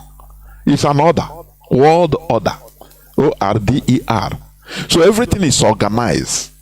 Otherwise, if things are not organized naturally, which means you know, you will be seeing people that are marching with their head. So human beings that are flying. But it is not like that, because they know that naturally, if it goes like this, if there is no order, which means there will be chaos, there will be problem, fear, anxiety, worry, stress everywhere. That is why the world is naturally organized in order. Do you understand me? You know why we cry about world? You know, every time we talk about world order, as if it is something very bad. No, I don't. It's not bad, but the issue is that we are not profiting the way we are being situated. We are not profiting from the order. Are you hearing me? It's just like a body. As a human being, you have your head up, your hand is there. You know, if you are running, your hand is flexing. Who is running? Who is tiring? Your leg. And who is touching the ground? Your foot. Do you see that? But it's carrying your whole body. So that is where nature put it.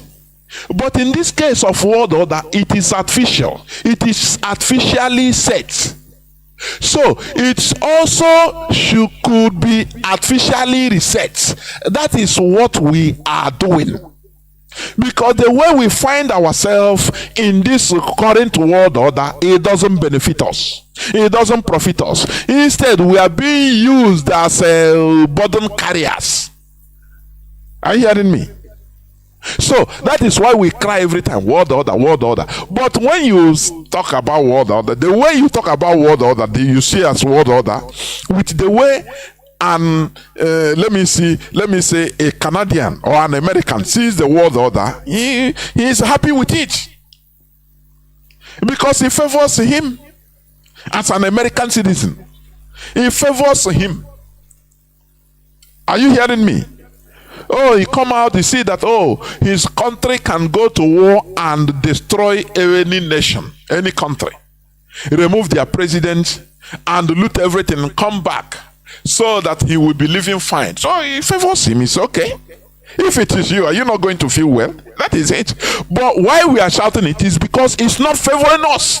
So, and it is not natural. It is artificially created. So we should fight in order to fix ourselves in the part of the world order, so that we will also be beneficiaries. That is what I'm saying. You see, we have logic. You understanding me? Here on Radio Biafra, we talk of logic with superior argument, something that is logical.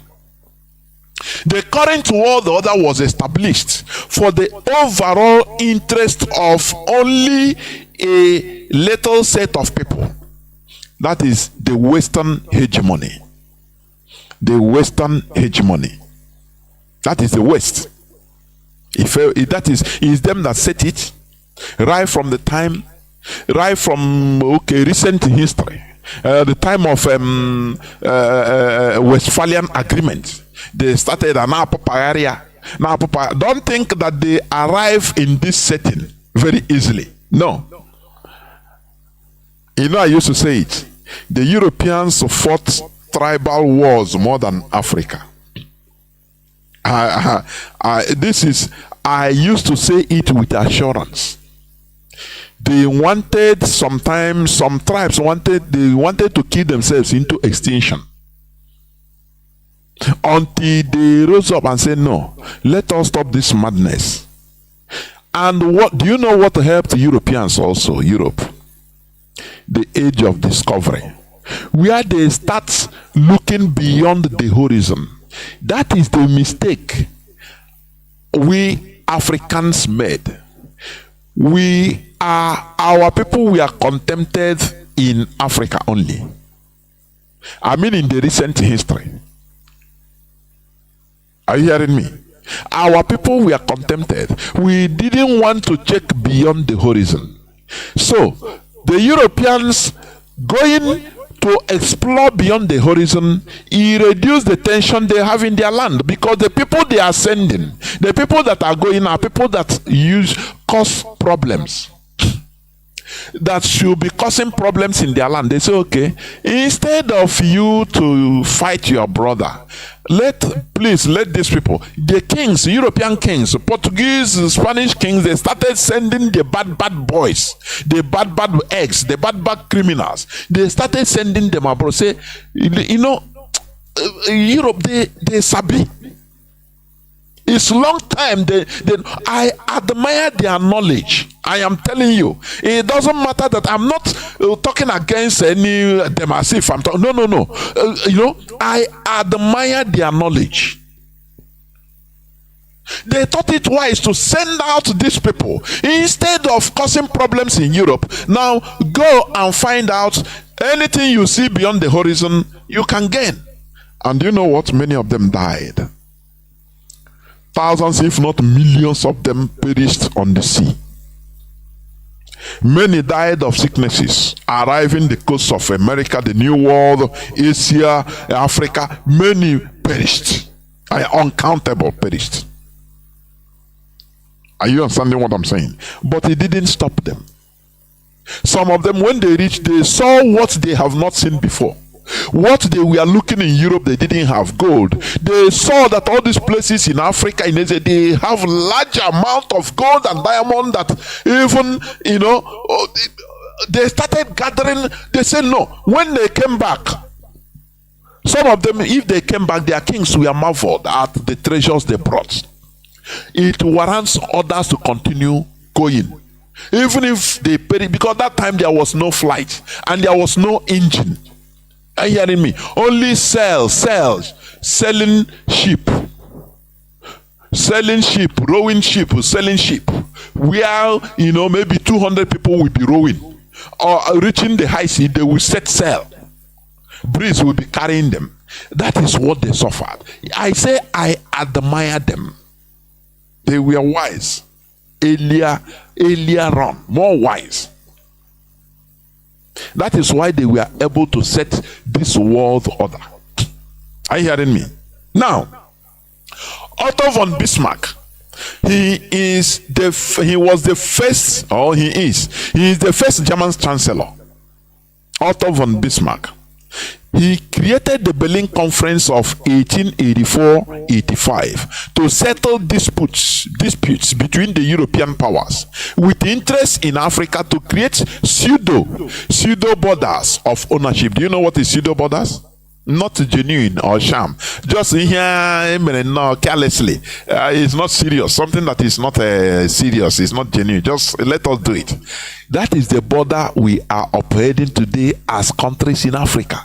Don't you see that it's very dangerous, shameful and dangerous? The mess Africa in general is in. I'm telling you, sometimes if we remove ourselves generally from it, it's going to take time. Because people that crafted your borders, your language, give you language for communication, you accept and jettison yours. They give you God, religion, the God you are worshiping. Now, not only that, you jettison your. This one now is only in Africa. Jettison yours. Not even only in Africa, in sub-Saharan Africa, because North Africa, they are conquerors also. Arabs and Europeans, they are there. In Algeria, Tunisia, Morocco, Libya, all these places. they bring language. We jettison our own completely. They bring their religion, their way of life, that is culture. We jettison our own. We say their own is the best. We turn, not only that, we turn against our own. That is the fearful part of it. Had it been, we say, okay, no, let us live our own, let's practice this one and practice our own, no problem. But they turn us as enemies against our own. I put in my timeline about the just summary history of BSc, Bishop Shanahan. We have BSc in all. Oh, we have BSc in honor of his name, Bishop Shanahan College. Chai. We honor our killers. It's very, very sad. This man is the person that single-handedly demonized Ekwensu, which we are calling today. Oh, fire Ekwensu. Ignorance. Ignorance is the highest killer. Honestly, is the highest killer. With ignorance, you can kill your savior. With ignorance, you cannot embrace your killer. That is what they did to us. Abracadabra. Bishop Shanahan, that we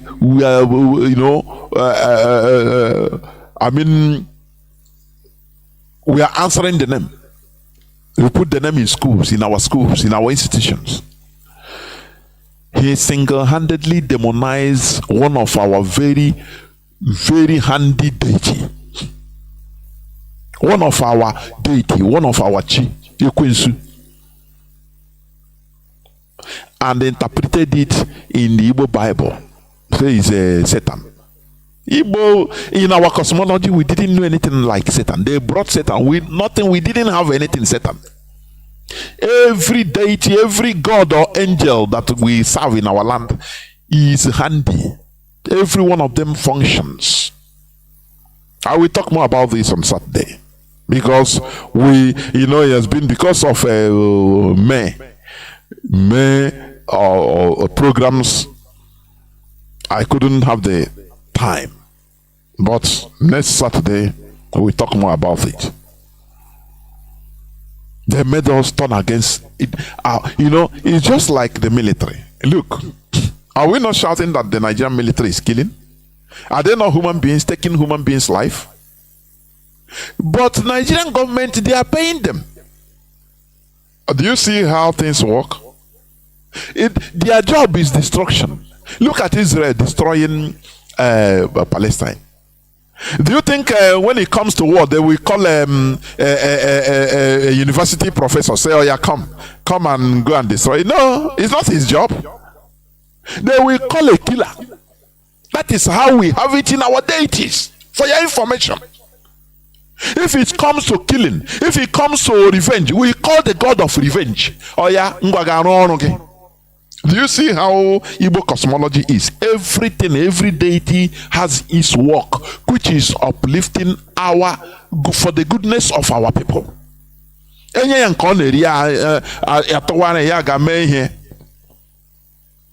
If we want peace also, if it is peace we want,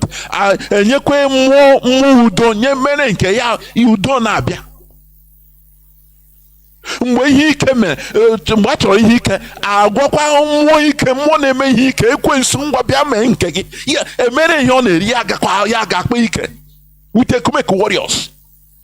But these people came. Bishop Shanahan said no, these people that resisted us, these forest dwellers, they fought us with their hands. Do you know that ekumeke warriors, do you know their secrets? They have many secrets.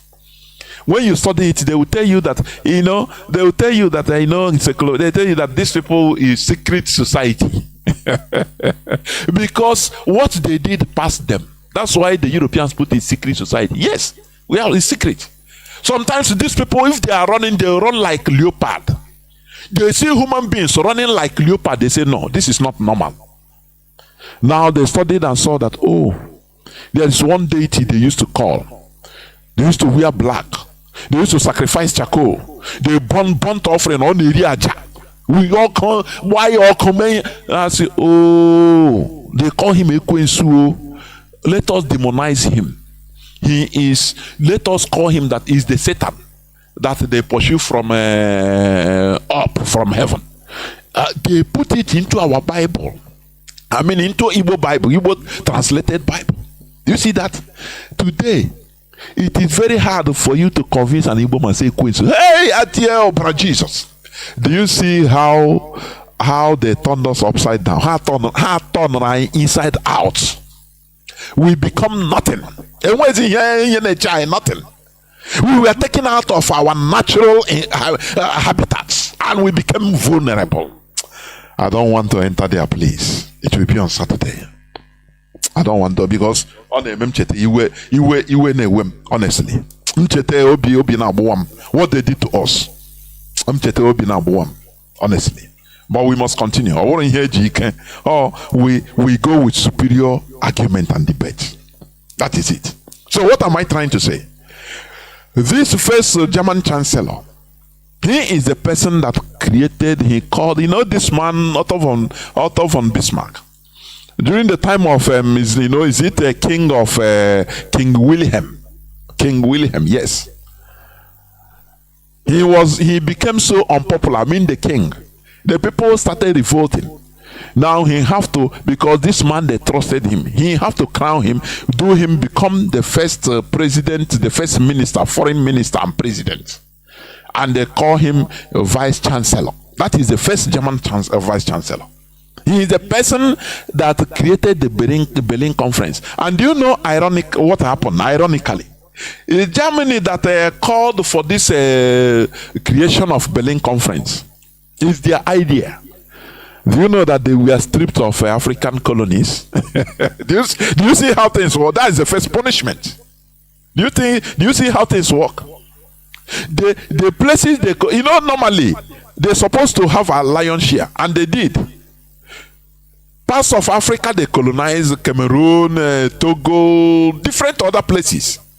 Is it Eritrea? No. Other Namibia. After the First World War, when Germany was defeated, the Europeans, they removed all those things from their hand. They say, you are fallen. They now had the whole colonies in Africa. They stripped them of all those things.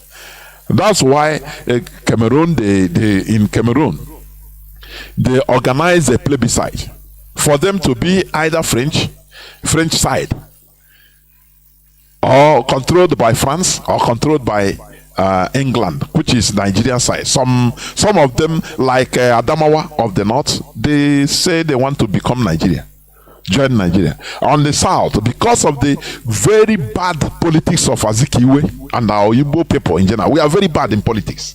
Is what we are suffering. I'll be exposing this little by little so that we take corrections. When it comes to politics, we are zero. I am telling you, we don't know our left and right in politics. I used to say it, people that are always emotional, people that are sentimental, they are not good in politics. Because any slightest thing, the annoyance, that stress, that annoyance will make them, they will know more. Politics is about pretense, pretending. When you are highly annoyed, you pretend, you laugh, you show your teeth. That is the Fulani for you. The Sahelians in general. That is it. They will show you their teeth. You think that they are your friends. You don't know that it's boiling inside your hand. But an average Biafran cannot pretend. That is why we are bad in politics. The bad politics of Azikiwe scared our brothers, the Amazonians today, out. They ran away. They said, nah, these are our brothers, we cannot trust them. I beg. Let us enter France. Is all these problems we are suffering today? Our bad politics is what we are suffering today. Is it not? Is it not? The planning of the coup planning, or the coup exhibition. Igbo man, they use Igbo man to stop the coup also. Again, you don't see. And our eternal leader, Ojukwu, he stopped the coup. Do you see how things you're fighting themselves? In a they call themselves Nigerians more than Igbo people. Whereas others know themselves tribe first. Now we are answering the tribalized Nigerians. It makes us foolish, I am telling you. This is a topic for another day, but let me continue. Now, as I was saying, Otto von Bismarck created the Berlin Conference of 1884-85 to settle disputes between European powers with interest in Africa, to create pseudo borders of ownership, allowing various European nations to claim almost the entire continent, including its resources and people. Africa is therefore designed by Europe to be the source of cheap raw materials. Do you see the world order? You see, that is why timber in our tropical forests is being destroyed with reckless abandon. The timber, the oshishi, the whole timbers in our forests are being destroyed and taken by the Europeans, by the West. They don't care, because they don't care. What of our tin? What of iron ores? All are being destroyed. Gold, diamond, they are taking it. Then what of the crude oil and gas? There is no meter. Do you see it? Do you know that Iran during the time of Shah, is the supplier, the main supplier of crude oil to the West, to the Western Europe. Do you know that? That's why they supported Shah to intimidate and kill. Shah killed him. He ruled his people with iron hand. Oh, sometimes I say, why am I engaging in researching all this? Because it makes me sad. When you see things that happened, and the way it is being turned upside down because of ignorance, people don't know. Oh, Chineke. And that's why we keep behaving in a very absurd manner. If we understand some certain things, we will change our behavior, honestly. Iran today, that is the number one enemy of the West. They sponsored a government that killed the Iranians like chicken. Are you hearing me? The Shah ruled Iran for how many years? With iron fists. People were, they saw their ear. Without mirror. Until 1979, when the chance occurred, they revolted. That is why they held American embassy hostage. Americans working there, they held them hostage. You understand? Because of what they suffered. And these are the people, they were sponsoring them, sponsoring the government to kill them. And if you talk, you disappear. They suffered. That's why they say, instead of them suffering like that again, instead let heaven fall. Iran, you are seeing, they suffered. Even Afghanistan, before the advent of a Soviet Union, many things happened. These people, you see the West, their hands are not clean. Never. Don't go with sentiment. We must continue. Their hands are not clean. Yeah, wow. They structured this world in the way it is today.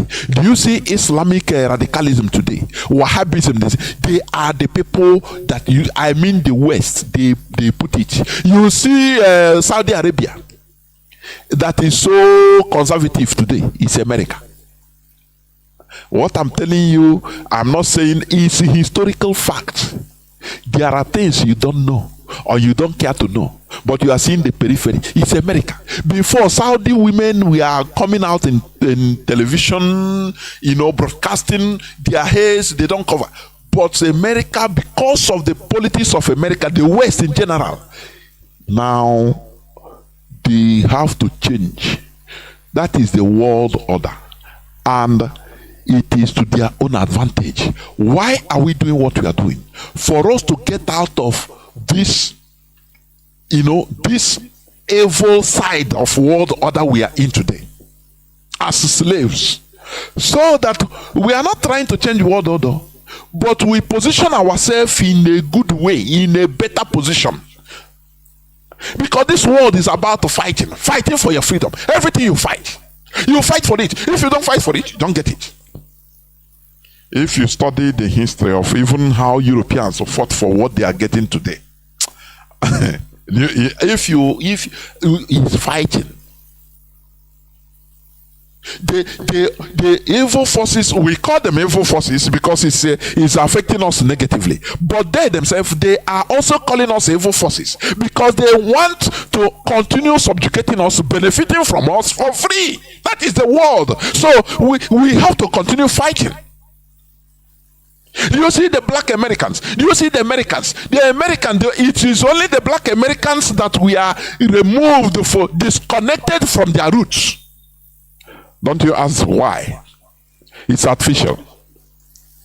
America is a land of strangers. White or yellow, black, they come from, unless only the American Indians, they are there, they are very few. They are the owners of the land, the real owners of the land. But do you know what? They prevented the black people from getting connected to the African mainland. They told them to they use different things, different methods in order to cut them off, because they know that if black Americans go back to their roots and establish contacts with the African mainland, that things will change. But do you know what? America fought bitter war with Europe against England. But after everything, they settled, they are the highest allies. Do you see that? But they let our people, the black American, the African Americans, stuck mentally into believing, you people sold us. So these are things they pumped into their heads. And they let them be telling their children, the African mainlands, they are bad people. The same way you condemn our ancestors. Today, who is suffering it? Black Americans, they are suffering. Our mainland, the mainland people, we are suffering. So what is the use? Whereas America, concussions that fought their master, the people that sent them there as colonizers, they rebelled against them. You know, it's treason. It's not even treasonable. It is high treason. They turned against their motherland and fought against them to liberate themselves. But today, America and Britain, they are the #1 allies. Why can't you think? If it is, for example, black people, they say, no, you people are bad. You will be remembering the bad, but instead of forging ahead for the future. Oh, Chinekele. This is the way we condemn our ancestors, for goodness sake. It pains me a lot. It pains me a lot. You will touch an Igbo man, you will open his mouth because our ancestors catering. You will see the bad things because you are indoctrinated with it. You have to get over this. This is the era of knowledge, the era of knowing. The time for us to jettison all this nonsense that we are being brainwashed with, that makes us, we don't move forward. Black Americans, instead of them to continue pushing so that irrespective, our ancestors collaborated in selling us, but we make peace as a people. Now we'll be collaborating. The same way the Caucasians, they never break their umbilical cord with the Europeans. Do you know that? And is it not why they are together? If there is any problem in Europe, they will call America. If there is any problem in America, in intelligence or any gathering, they will call their alma mater, their mainland, that is Europe. Things are moving forward. But in our own, we start remembering the bad thing. Our ancestors, they did bad. They killed the wings. Is it not they did? You are not here. You are intellectually dead. You are not intelligent. This is what they use in deceiving the African Americans. It is today that they are rising up. It will take time. Because they didn't fight in order to establish that contact, that umbilical cord that will make us anything, any touch you touch black Americans, Africans will revolt in African mainland. They didn't establish that. Everybody becomes separate. But the people, the white people that are wise, they establish contact with their motherland Europeans, who they fought with, who they killed and they killed them. They forget all those things. They erase all these things and focus forward, focus in the future. But I know now. I know we're ancestors. Black people, Africans, you people sold us. Every time there's something. Who is suffering? All of us. We must continue. I'm talking about the world order. Here on Radio Biafra, we don't pity ourselves. You understand? If you want to listen, you listen. If you don't want to, you don't need to go panya to click off and stop listening and continue dying in your stupidity. Because here we don't pity ourselves. Let me correct it. In recent time, due to the Chinese bold inroads into Africa, the Council of the European Union saw that a possible shortage of raw materials could hamper economic growth and the creation of European jobs, because what matters to them is their job themselves, their people, not individual. Creation of European jobs, which was the main objective of the 2000 Lisbon Agenda.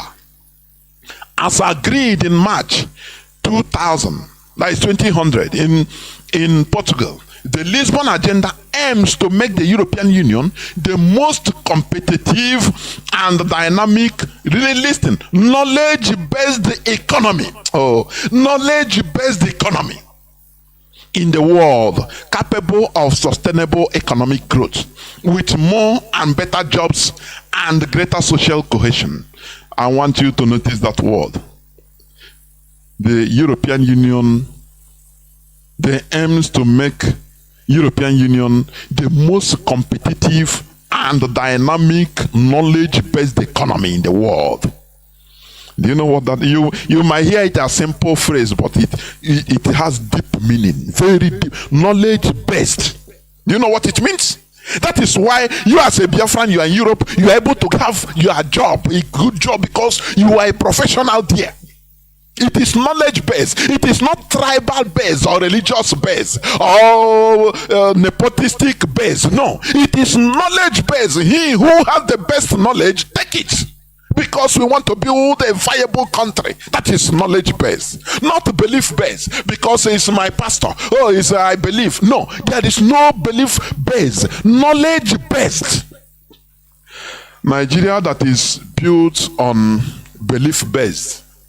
There's one of the highest praying countries in the world. Where is it today? They are suffering from famine. They are bringing, they say they need for 200 and giant of Africa, so called, with 200 and something million in human beings, Homo sapiens, with lands everywhere to cultivate. They are dying of famine. They are joining Somalia. When they are ringing this bell, know that many people are dying of malnutrition. I am telling you. When they start talking like this, know that in everywhere, people, don't you see that there's something terribly wrong? Nigeria is prayer based. Nigeria is religious based. Nigeria is tribalistic based, nepotistic based. Oh, my brother based. But where are they today? Is it not time we change? How can you be doing something, the same thing, and you want a different result? No, it's impossible. Europe, they aim to make EU the most competitive and dynamic knowledge-based economy. Do you know that? Knowledge-based economy in the world. Not when they say inshallah. How someone will say, is inshallah. This one will say, na God, no be God, na human being. Stop deceiving yourself. Europeans, they building knowledge-based economy. You are building belief-based. What God does not do does not exist. You are a Neanderthal. You Onyara. Because It's only human being you know. You don't know God. It's just belief. It's not belief based. It's not. This is what I'm telling you is what Europe, the Lisbon, because the European Union, they went on a conference and made an agreement, and they agreed in March 2000 in Portugal, in Lisbon. It is called Lisbon Agenda. They aim to make the EU the most competitive and dynamic knowledge-based economy. In Africa, you base your economy on begging. Begging. China built the capital of African Union. The people without shame, even with dignity. How much? $200 million only. $200 million. Babangida can offset that check with no qualms. It's not more than maybe money he gave to Ashawo that do him fine. Babangida is still alive. Tell him this is Babangida is capable of, only Babangida is capable of building that. But the people without dignity, they allow China say okay. They cannot politely say no. Or it's our collective. This we have to contribute money and build this. Don't worry. Do you see where they are? That is not knowledge based, begging based economy. When China built everything, they used Chinese Mandarin, write everything there, and they bug the hell out of everywhere. So that even if you whisper in any room, they are hearing everything. Do you see? How can you equal yourself in this world order with them? How? When you don't have dignity? How? Tell me how. With money you could be bought. You don't have no single dignity. I will soon open the lines. You see, I played the clip of Yoweri Museveni before. During my preamble, I played his clip, but I will play it another day because that man spoke many things. He say Africans are programmed to consume what they didn't produce and produce what they didn't consume. They will pour money and make you stop producing cassava. Stop producing cassava and yam. Oh yeah, put cotton. It's cotton. They pump money. It's cotton. You get money, but you become hungry. How Chineke can I help you? Let me just play just 1 minute. It produces 25 million liters, million meters.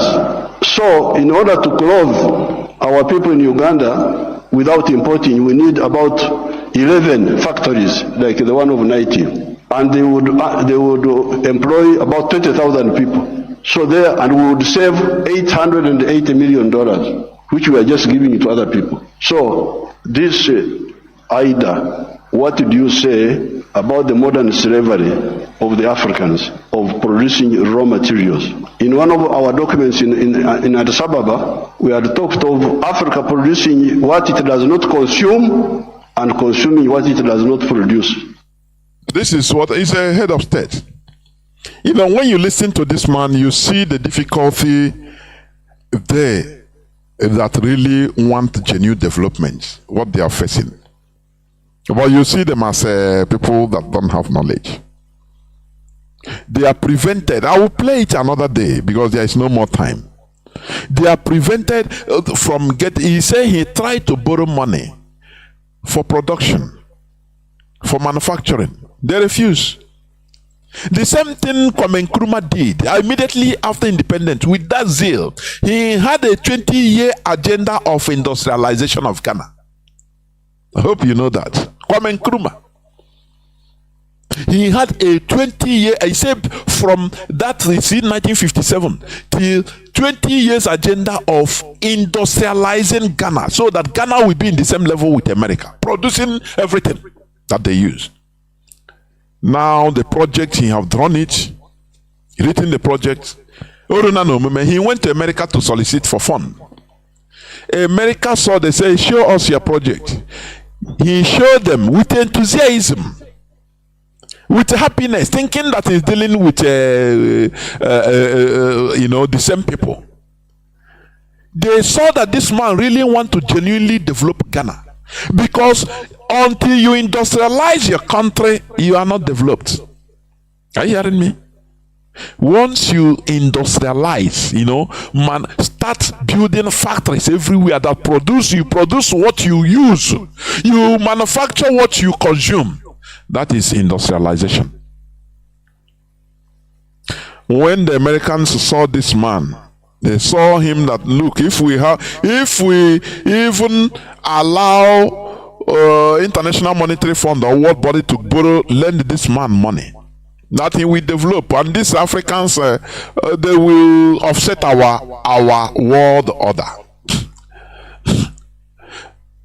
Kwame Nkrumah cried, and in America he solicited no way. No, every door he knocked was closed. Doors were shut on him. He was shocked. He called everywhere, no way. They didn't even pick him. He came back to Ghana and traveled to Asia. I think to is it Cambodia or Laos, Vietnam. America now say, oh, they reach in their newspaper. Oh, this African Neanderthal now he wants to become a communist. He is hobnobbing with communism. They demonize him, and the rose people in Ghana, military officers. They are military officers, in order to overthrow him. Before he didn't come back to Ghana. This Kotoka airport, Kotoka, you are hearing. He's a Western agent. He's among the people that overthrew Kwame Nkrumah, anchored them, all of them. I believe that is my own view. I believe that is why he didn't make any effort in supporting Ojukwu. When Ojukwu, they made the Aburi Accord, Ojukwu came back to Biafra, to Nigeria. Instead of Ankara to push, call the one and say, what is happening? But implement what you agreed on. I believe that he's a Western handlers. Britain cornered Ankara and tell him, hey, keep quiet, leave everything, don't talk, leave them. We know what we are doing. These are there.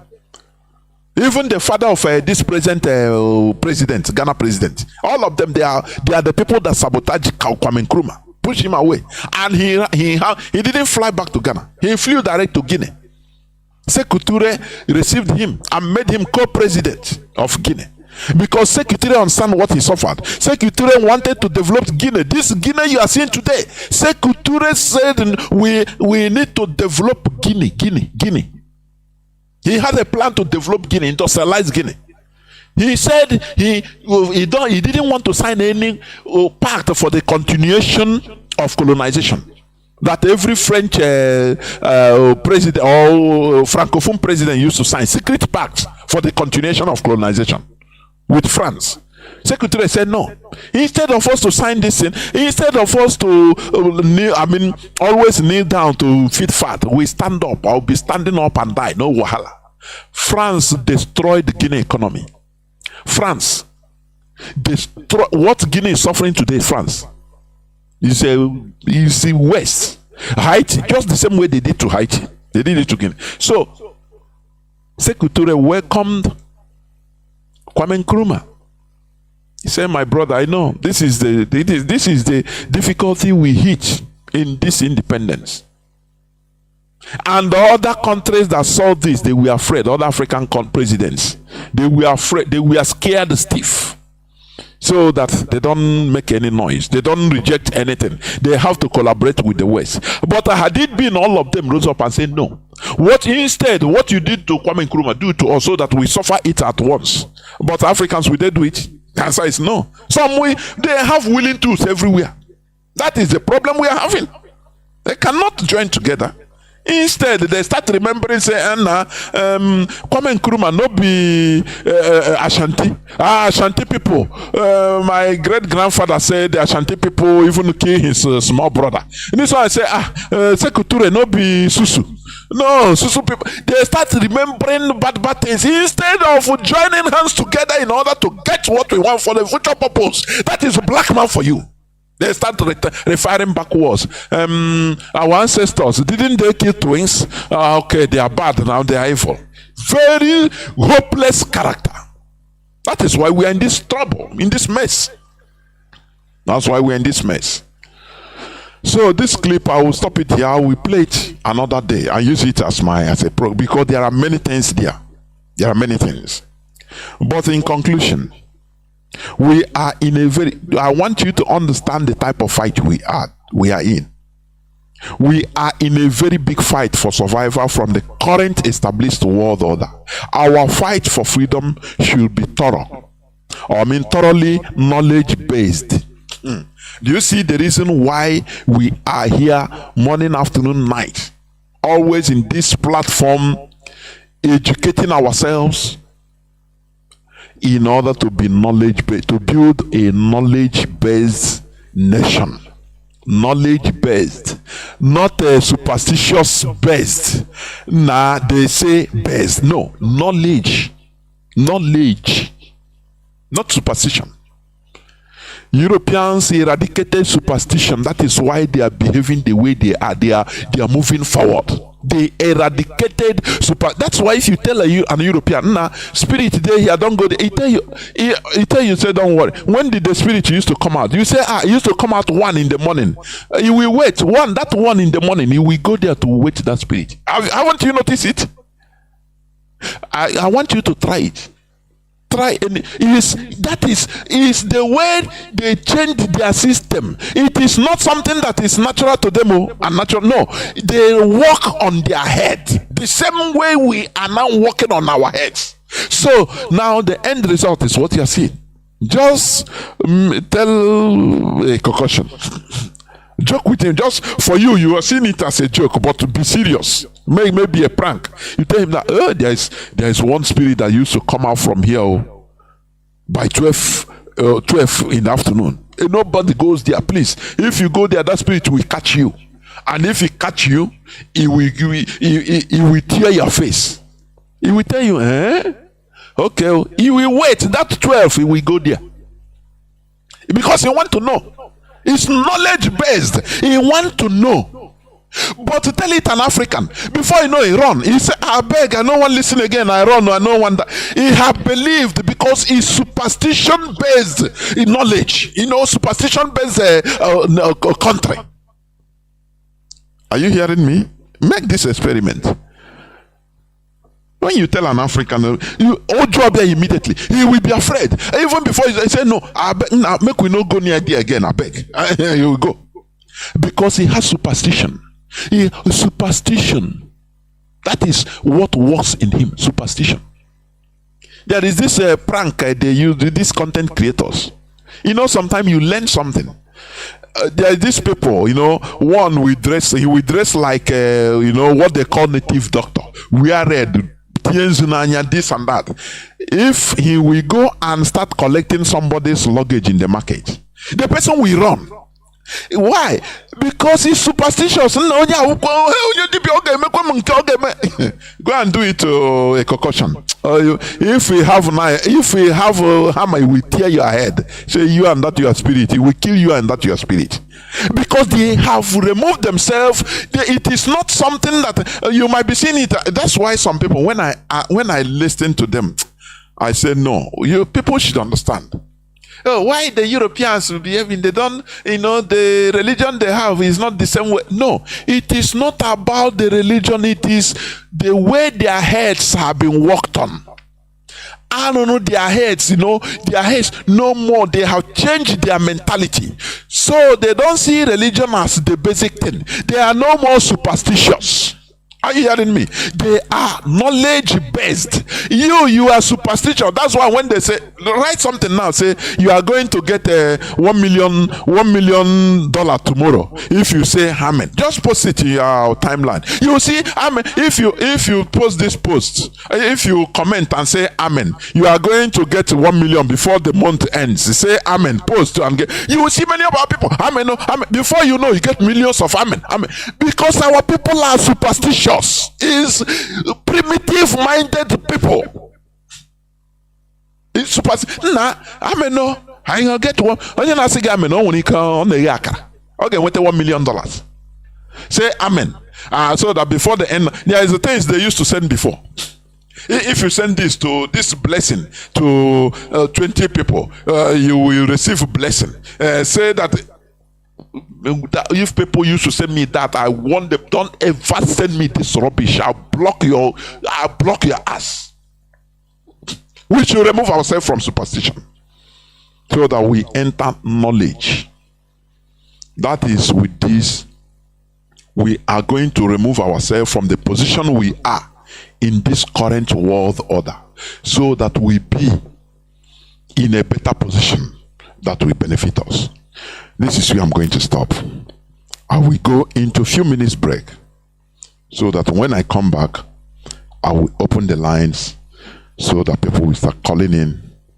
Please do not go away. I'll be right back. I want to export. Why don't you tell me about import substitution and export promotion? Instead you are telling me of import support. So money is available for to become more dependent. So I'm very glad to hear what now finally the cash which we told our people about in the 1960s, we told them part of the wars we fought in Uganda, we had to get rid of the neo-colonial groups which were there, which were stopping us from thinking. We had to get rid of them by force. But one of the problems was Africa producing raw materials. Matière primaire, they call it in Francais, matière primaire. Raw materials. Imagine coffee. The global value of coffee is $460 billion. All the coffee producing countries of the world, Brazil, us, all these, we only get 25 billion of that. Out of the 460 billion, the coffee producing countries get 25 billion. And Africa gets only 2.5 billion. 900 million of that comes to Uganda, because Uganda produces a lot of coffee. A country like Germany, which has no coffee, earns $65 billion from coffee. So this I sell a kilo of coffee, good grade coffee, $2.5. Somebody in London would get $241 from that 1 kilo.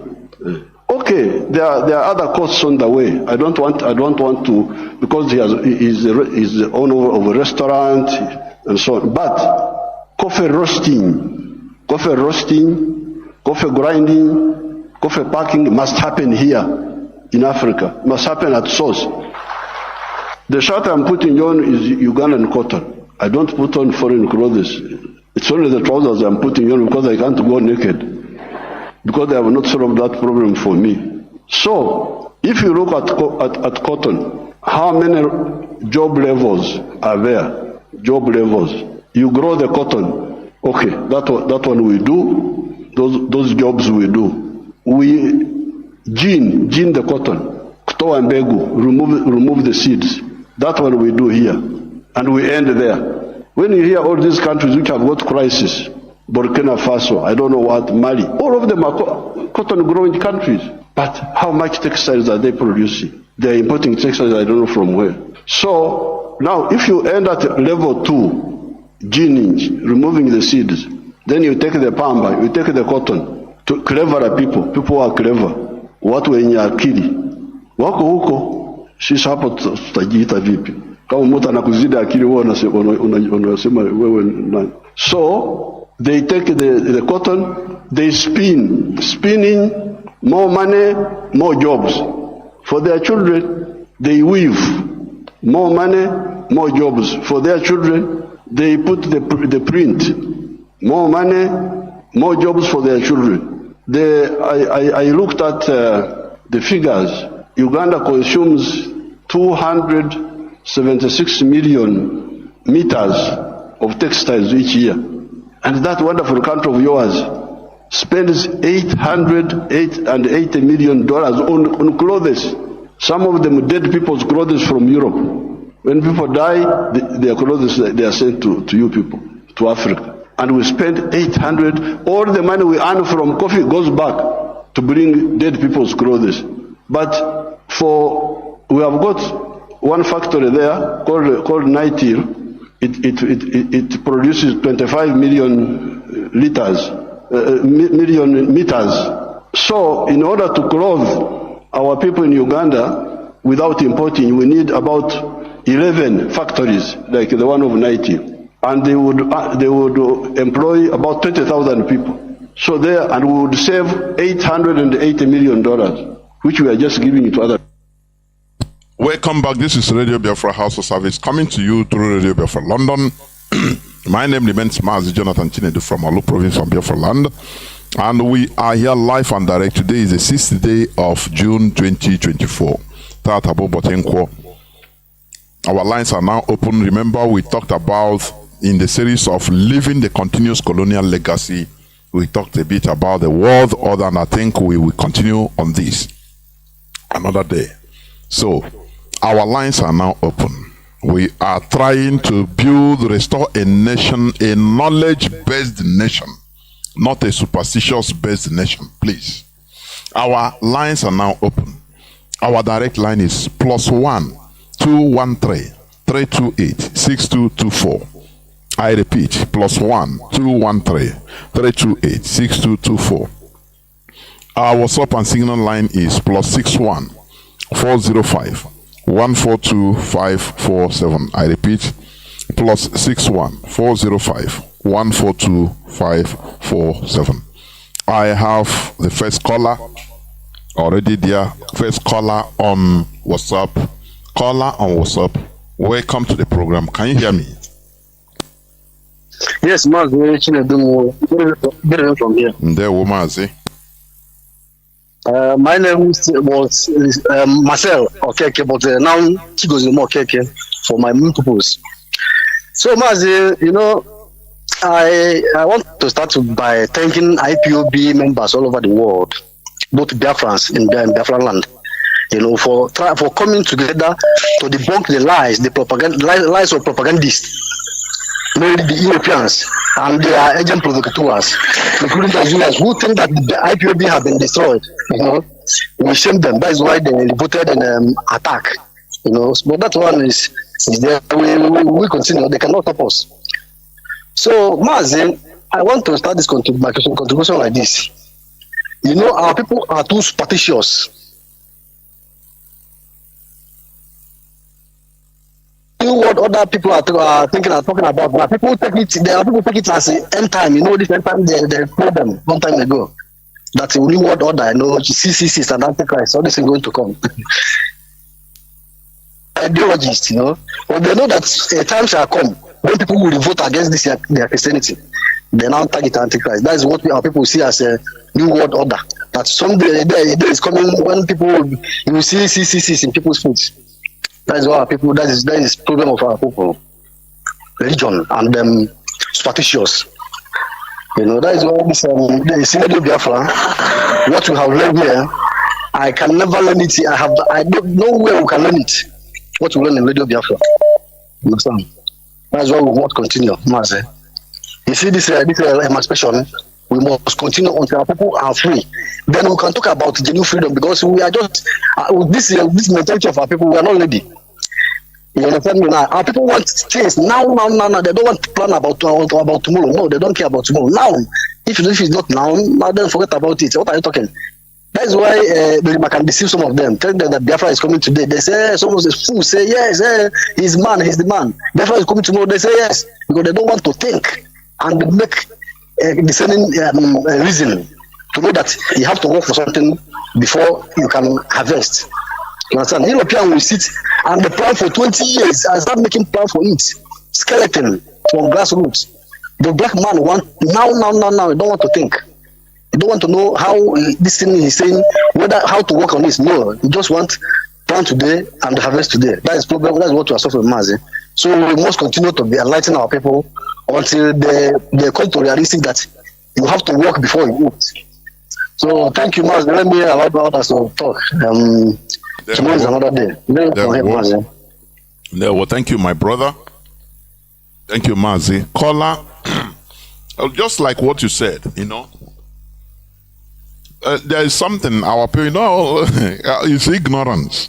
When people talk about the new world order, the world has been in order right from beginning. I am telling you. When you say the new world order, which means there was an old world order. So it's the powerful that replaces, that takes over and form his own world order. So now we are in the order of the Europeans. We are not fighting to change the world order, no. And being in order is not bad. The only thing is that if it's not profiting you, if you are being used, now it is that time you say, you start crying, like we. Because Africa is being made, scheduled to be a cheap raw materials supplier. And finish. And we need to fight in order to change it. So that we be on even if Biafra comes tomorrow, there must be a world order. But we will be on the advantage. During the time of Roman Empire, that time there was a world order. Rome was in charge. In the world, in the then world, their own then world they know. Because that time, many of the world today they know, they didn't know it. Like the new world, America and all many parts of Africa. Are you hearing me? So, when our people, it's because of this superstition and what is being hammered in our head. Oh, new world order, new world order, new world. You think it's something very distant. There must be order. If there is no world order, which means everybody will be behaving as he likes. One country will go and invade another country because he can do it. But there is a world order. Order is law. So that there are things you cannot do. You cannot go and attack one country, invade one country because you can do it. No. There are laws, world laws guiding it. That is world order. But when people, because of religious sentiment, the way they interpret it as something, new world order. No. Emancipate ourselves from this type of mentality. Caller on WhatsApp, Mazi, you could please go on. Can you hear me? Yes, Jonathan, how are you? I'm good. Mazi. Thank you very much, Jonathan, as always.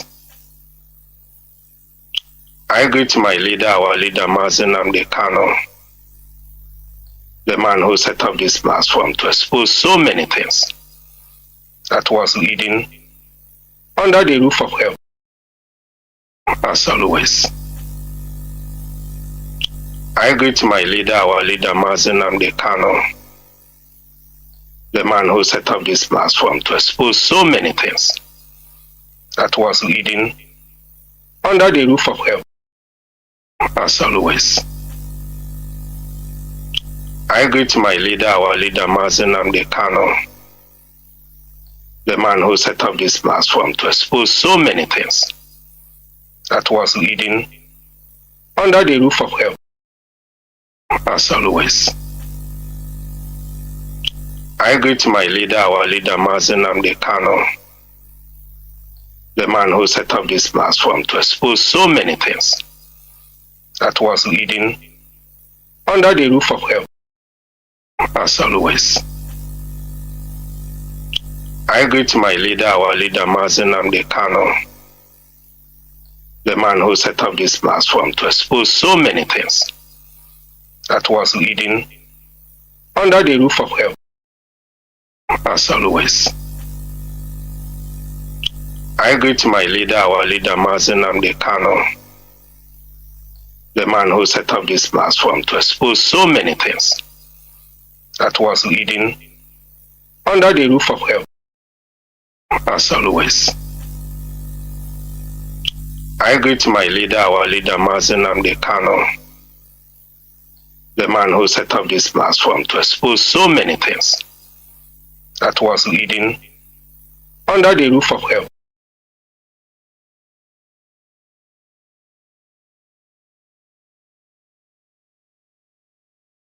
Welcome to IPOB Rapture Media, IPOB Call to Action, Biafran's Return to Farming, Invest in Agriculture. Have you ever paused to question the importance of self-sufficiency in food production, food self-sufficiency, or the ability of a nation to feed its own people from its own resources, plays a pivotal role in securing a country's future? It's more than just filling our bellies. It's about nourishing our economy, our workforce, and our independence. Imagine being at the mercy of external sources for your daily bread. It's like a constant game of tug-of-war at where your sustenance is the rope. Any moment the balance could tip and you'd be left scrambling for resources. This reliance could pose potential threats to national security and economic stability. Outsourcing our food needs puts us in a vulnerable position, susceptible to price hikes, supply chain disruptions, or even political manipulations. But let's flip the coin and look at the benefits of self-sufficiency in food production. Firstly, it empowers our economy. When we invest in agriculture, we're not just planting seeds in the soil, we're sowing the seeds of economic growth. The farm-to-table journey involves many hands, from farmers to transporters, from retailers to restaurateurs. Each link in this chain represents a job, a livelihood, a boost to our economy. Secondly, it ensures food security. By growing our own food, we can control the quality and quantity of our produce. We're also less likely to experience food shortages, ensuring that no one in our community goes to bed hungry. Lastly, it promotes sustainability. Agriculture done right can be a tool for environmental conservation, preserving our land's fertility for future generations. So you see, self-sufficiency in food production is not just a matter of pride.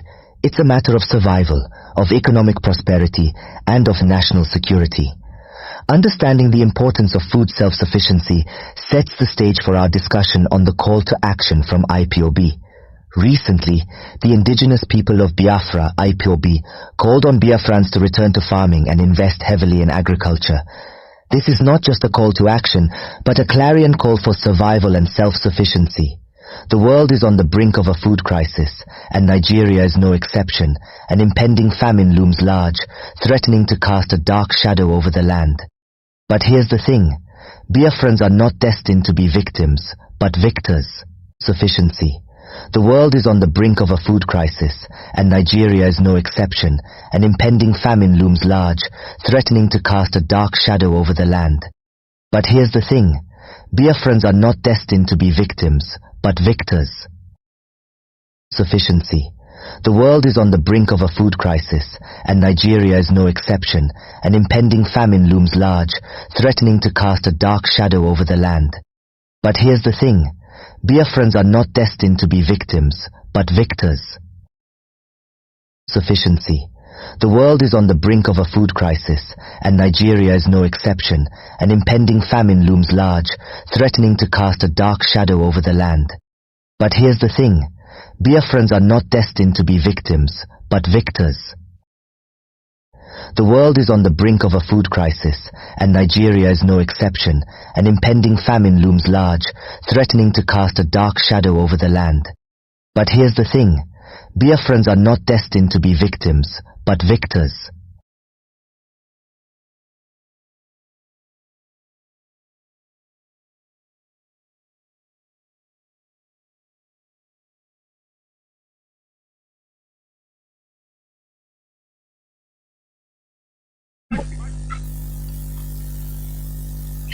When you see a black man,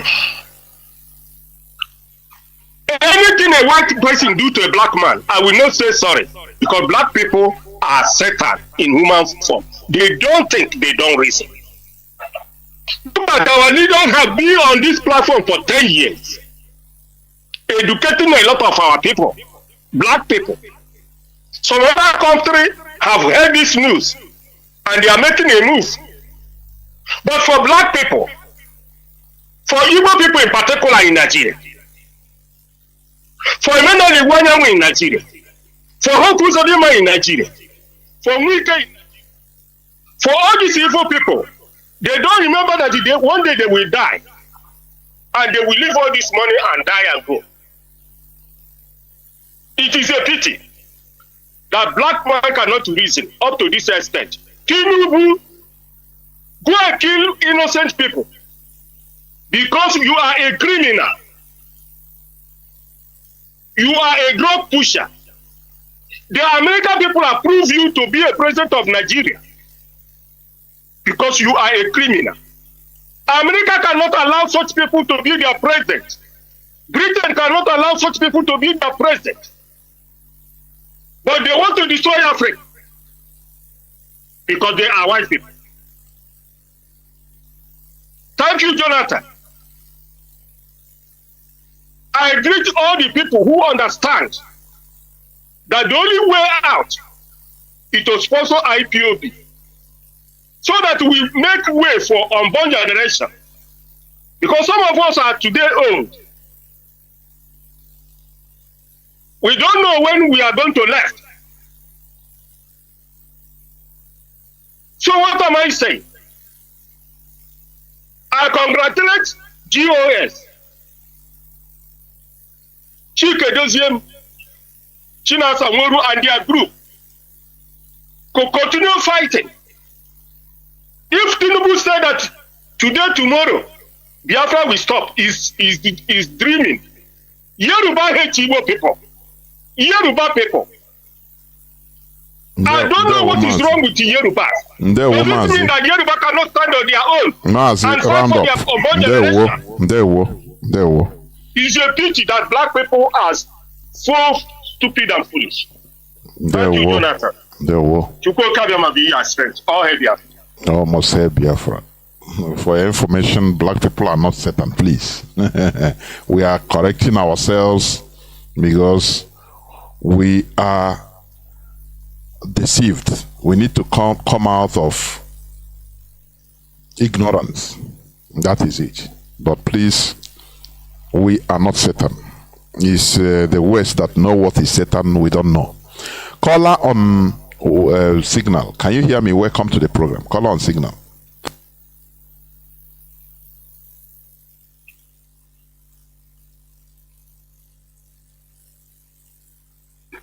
Yes, Professor Jonathan. Good evening from my side.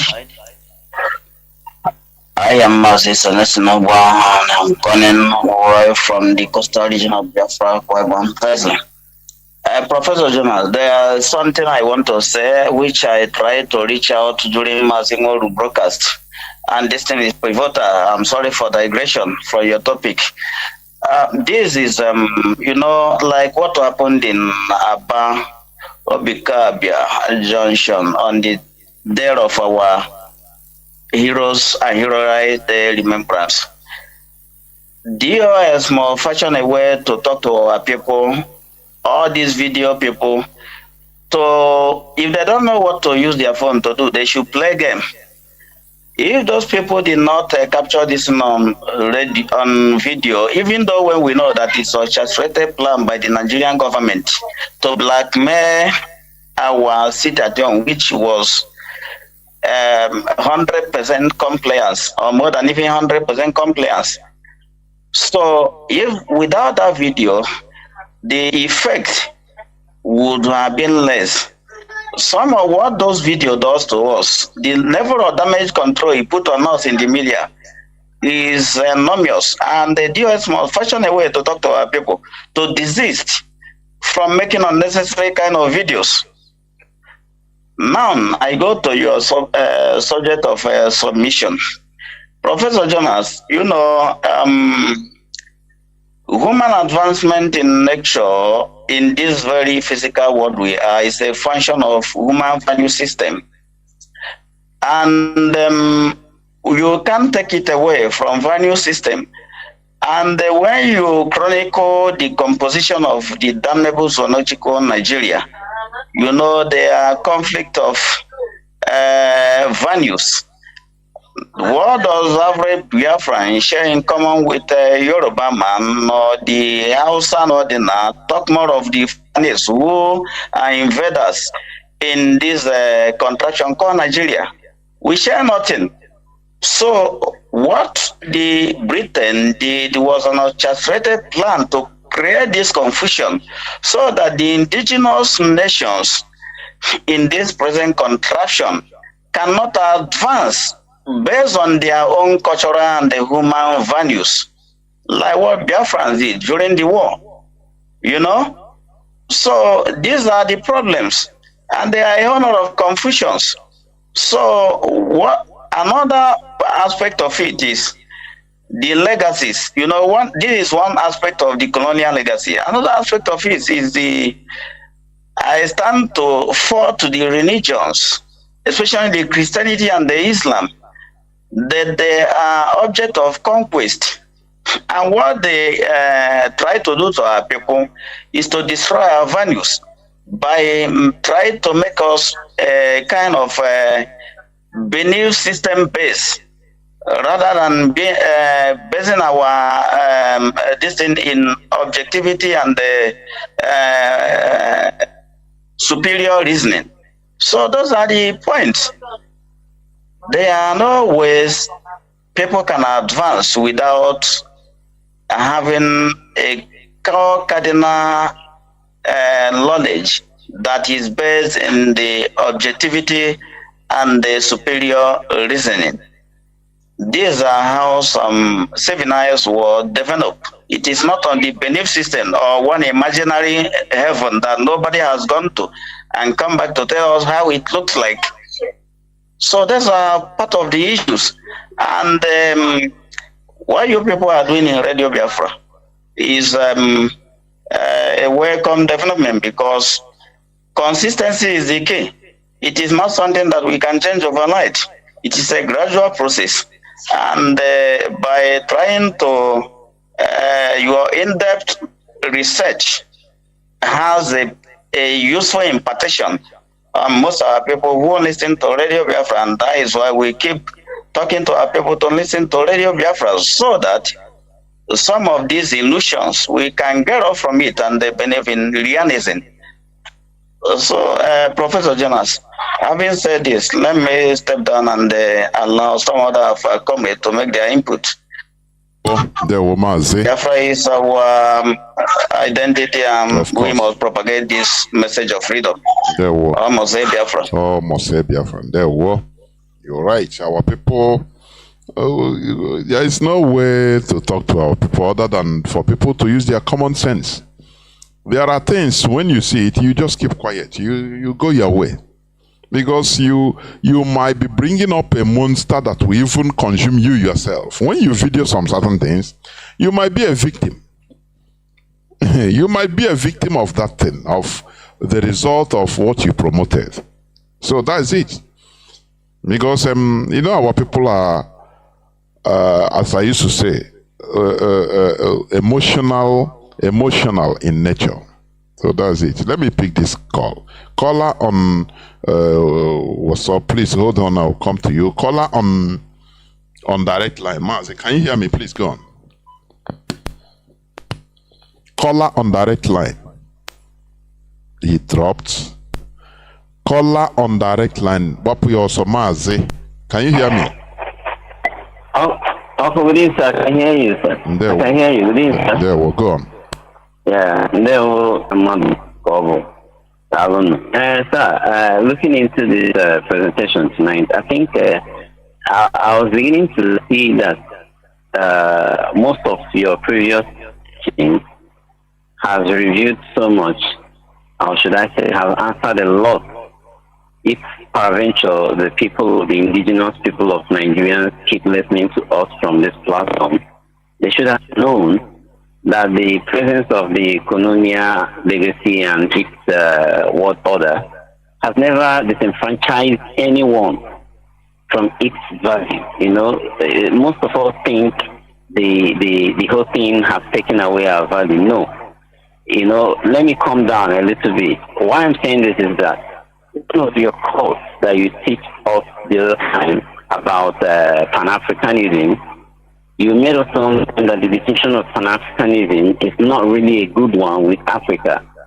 The Pan-Asians and Pan-Europes, we are centered on political and economic interest. to benefit their own self. So it never talks about, those definitions have never hampered or maybe infringed or maybe restrict any other diverse culture from any other ethnicity or races.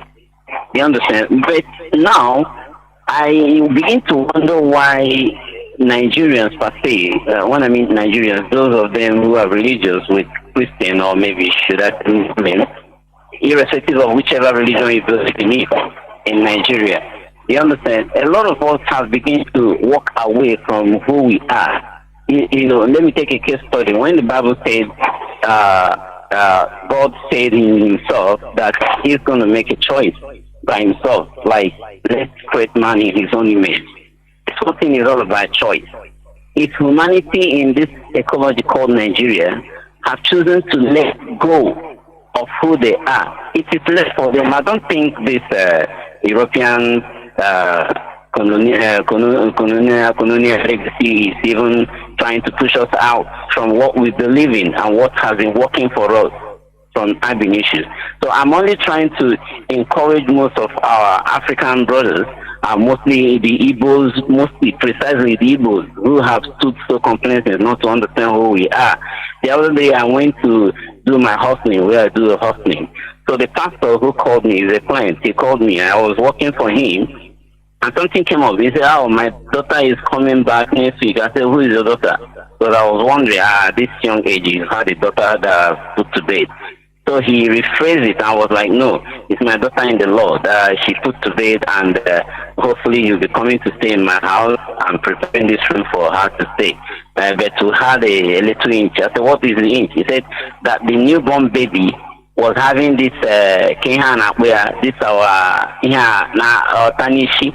This, when you born a new baby, you begin to see something eating up on top of his head or her head as a child.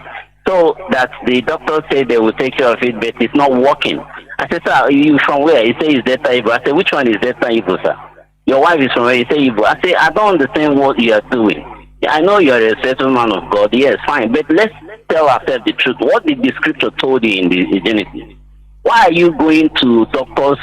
You want to just commit a sin by killing that newborn baby. My elder brother, immediate elder brother, have a child, and the same thing happened to him. And immediately they plug the lid and squeeze it and drop on top of that, and the thing dried up.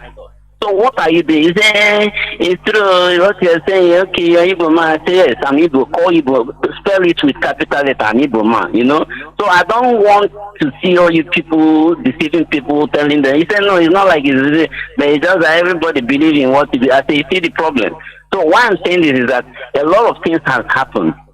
I was coming out from a KK, so the little substance I have in my, it's not like it's dangerous to harmful to the skin. It poured out. And the woman, old woman, very aged woman, like around 50, and she was just shouting, "Jesus, Jesus, want to fall out from there." I said, "Mommy, why are you doing this to yourself? What happened to Jesus? This thing did not fall on you. It even splashed beside my own seat. And it's just a little paint that I'm coming back with. So what is this?" He said, "Stop this, I don't want that thing. It's Jesus that saved me. It's my Savior. I will call him. I'll keep calling him. If you don't want him, leave it." I said, "No, I love Jesus more than you think you do. But it's not every little thing you jacked up. What if you fall out and an oncoming vehicle hits you up from this KK? What will happen? So you say it's me that killed you." He said, "Leave that thing," you know. So there has been a choice that we have chosen as Africans or Nigerian Christians or Nigerian Muslims to what, even the Muslims have never accepted this Christianity from the admonition. So they choose their own culture and it's working for them. So I will just let it be at this moment, trying to believe that the legacies of the colonial masters and its what order has ever entrenched us, not speaking out from what happened in Aba by the traditional leaders or maybe the political leaders that we have here. So I want to believe that you understand where I'm coming from. I'm not just trying to argue you, but I'm only trying to encourage us that this thing is real that you are teaching us, you know, bringing to our knowledge here, and people should buy the idea to listen to Radio Biafra consistently. Thank you so much. I remain Mazi. Thank you very much. What we should understand is this. You know, you as a human being, you are what you the way you are raised up, what you continue hearing, what you see, what you consume is your makeup. You find out that you develop the character. It is not once a baby, a human being is born into this world, it's neutral. If a baby is born, even if it's a black baby, but born in the midst and grew up in the midst of Chinese right from babyhood, he will start behaving like Chinese because it takes the culture of what he saw, what he eats. If they raise him up with noodles as Chinese, he will start being like that, develop appetite for that. Later, in the later age, if you bring a gene, he will tell you don't know it. He will not have appetite for it. So, what am I trying to say? Our makeup is the way we grew up, what we hear, what we continue consuming as information. That is what makes us up as human beings. It detects our character. We should understand this. Caller on, I think, let me see. Caller on WhatsApp, please go on. Caller on WhatsApp. Can you hear me? Go on. Yes, I can hear you, Mazi Jonathan. Good evening to you from here. Am I coming out, Mazi Jonathan? Mazi, you are. Go on. Good evening to Biafrans all over the world, IPOB family. And our great leader, His Excellency Mazi Nnamdi Kanu. Good evening, sir, to you from here. My name is Desmond and I'm calling from Italy, Mazi. Mazi Jonathan, I want to say this your program is very, very important because this is one of the things that we have to do also, mental emancipation. Because when you talk about colonialism, it's all about mentality. You see, sometimes when you interview people, like some time ago, I was in Biafra land. I was trying to talk with some people. You talk about fear, citing what happened in Aba, even to Abaribe, and then you see that some people, when you're talking to them, you will see the spirit of they fear themselves. Some will even know the truth, but they fear themselves. They fear the environment they are. They fear the person next to them. They even fear you that is talking to them. So that fear is covering up their mentality to see what you are saying. Despite even in their inner heart, they know what you are saying is the truth, but it's difficult for them to accept it. So this kind of topic is very good for us to try to emancipate our people mentally, for them to understand, and also try to encourage that there is fear is something that if you don't remove it from you, you will die before your time. So it's very like what happened in Aba.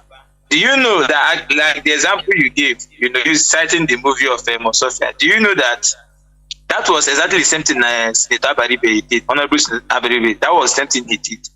Do you know the embarrassment in Aba? The media was carrying it, flying it up and down. He didn't respond. He just went to Abuja. When he got to Abuja, he now responded and said the military, they are doing a professional job. Do you understand now? So, Mazi, that is only on an easy issue, and we don't understand this phenomena that Igwebike. When you talk tough, Mazi, we should learn from the Fulani. Do you remember when they were on the rampage in 2015 when they imported all these people everywhere? They were overwhelmed, but they didn't give up. Their politicians, this one will come up and give one excuse. Say, no, the people killing Nigerians, they are foreigners.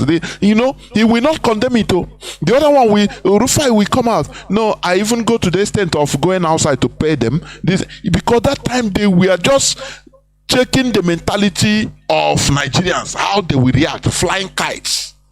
Until they sit down where they know that Nigerians are rubbish people. Now, potassium complete. Our people, like, if this thing happens to a northern senator, the whole Fulani, all of them will come out to condemn it. They will call the Nigerian military chief. Why are you doing this? No. But, you don't expect only Senator Baribe to fight it. You understand me? Because when only him, he will fail.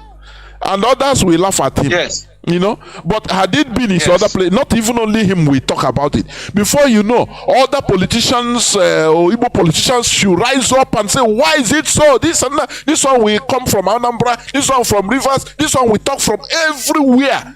Yeah, you will see. But everybody keep quiet, calm. And now he go and start praising them. That is it. Very sad. Mazi, go on, please. Very, very sad. Very, very sad. That is what they call the super tool of divide and rule, conquer tactics. You see, they have, even because you see that our politicians, they are not in one forum. They see themselves, they laugh, but they are not in one forum. And it's very, very sad. It's one of them. That is why we tell them that the only option our people have now is to support IPOB, support our leader, and stand with us. No matter how difficult it is, that is the only way to go. This is the message you keep bringing to our people to understand.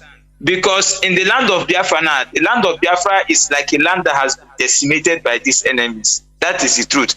But our leader has come and done marvelous work. Like our May 30th have proven to the world that we have taken, the people of Biafra have taken, not the politicians, so the people of Biafra. And the example our people should learn is that once the people take back their land, the politicians will submit. Let me give you an example. May 30th, Peter Mba, you heard what he was, the rubbish he was talking. But when that day reached, there was no vehicle, there was nobody. He sat at home. Even his own police station was shut down. So our people should understand that the power still lies with the people. And that is the same way we are going to fight the military out of our land.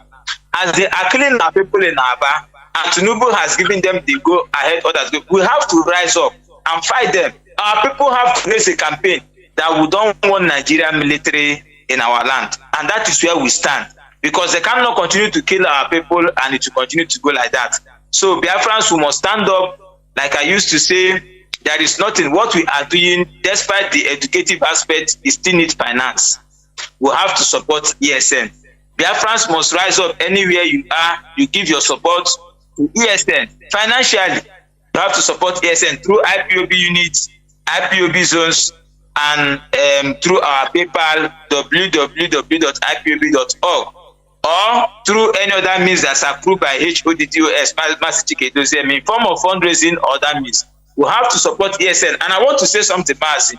There is a caller in your last program with Mazi that said that somebody is in Biafra land, is trying to support ESN through our PayPal, but is finding it difficult. Please, some of our people in Biafra land, they find it difficult to support ESN through the PayPal. If you have such problem, you can call. You can call any of the radio center, Mazi Chineke, imagine any of them, they will direct you, they will give you a connection to another means you can use to pay. Because sometimes, you know, at home, the network issue, even their banking system, everything there is just, it's not functional.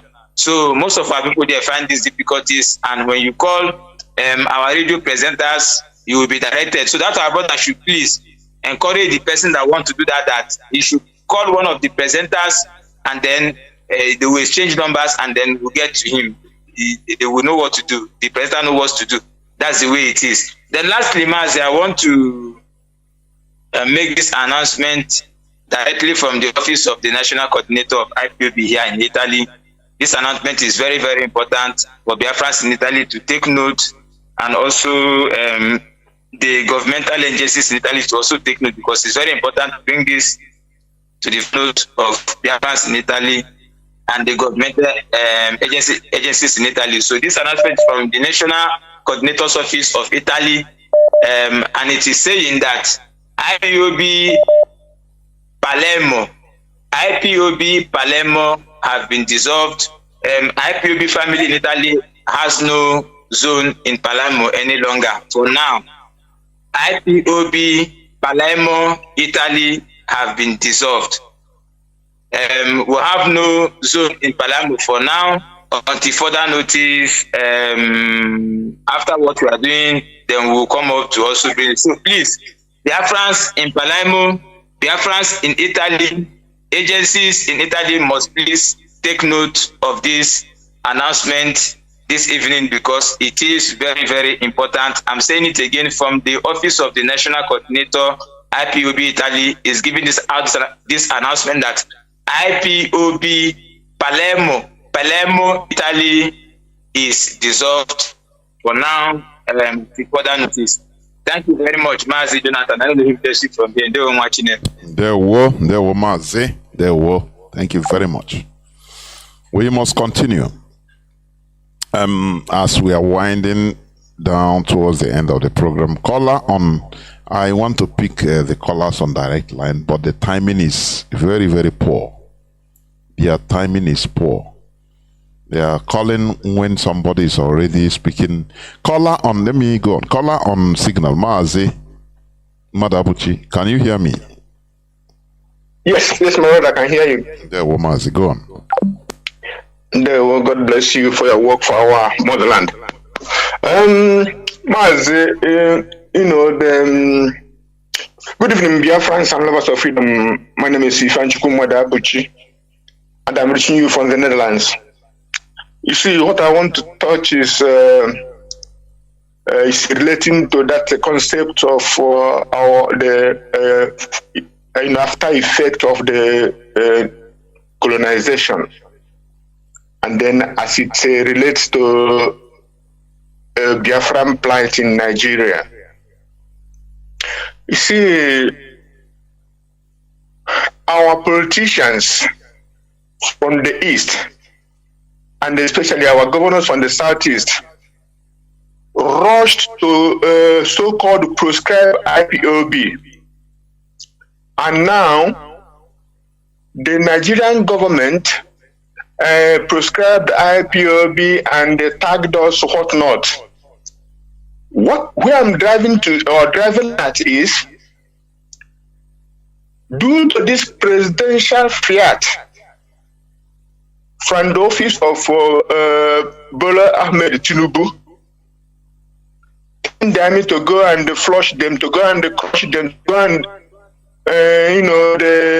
they said the militant, he said suspected militant IPOB terrorists, however he said it.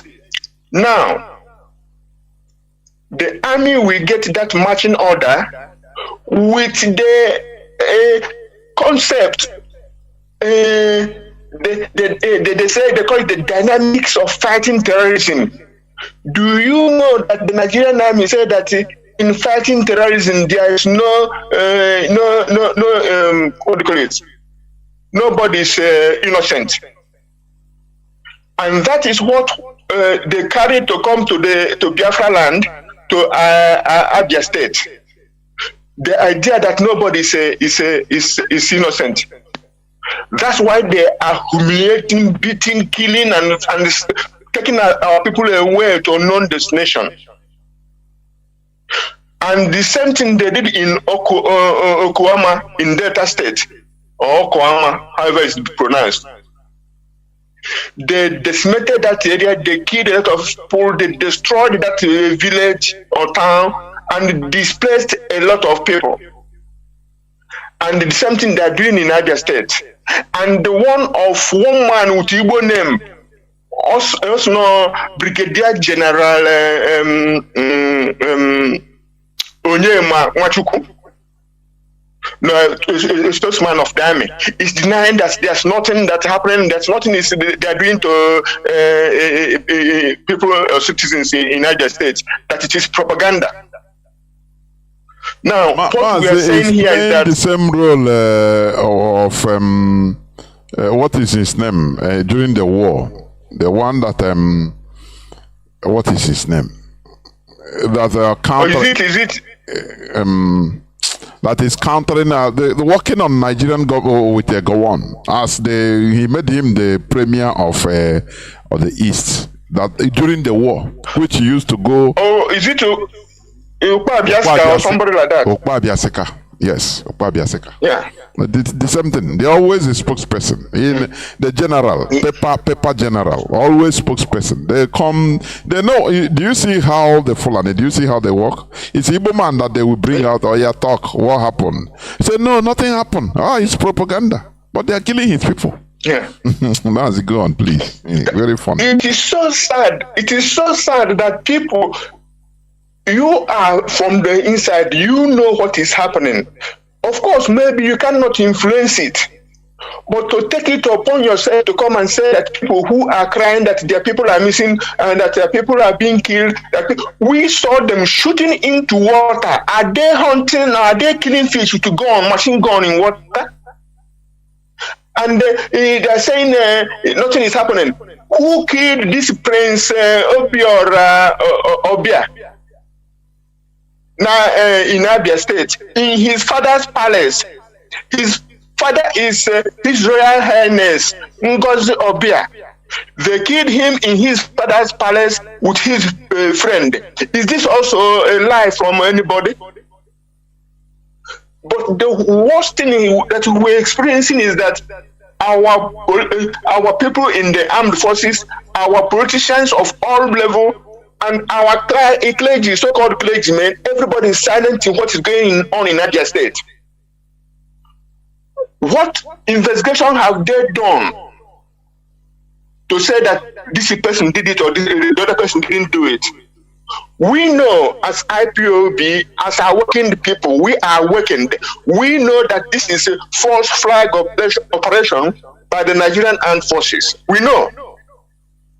We know that it is a covert operation in the sense that it was done in secret so that nobody knows.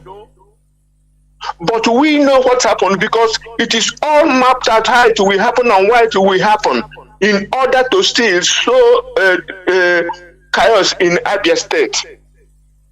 Now you ask yourself, why is a government hell-bent in making the East chaotic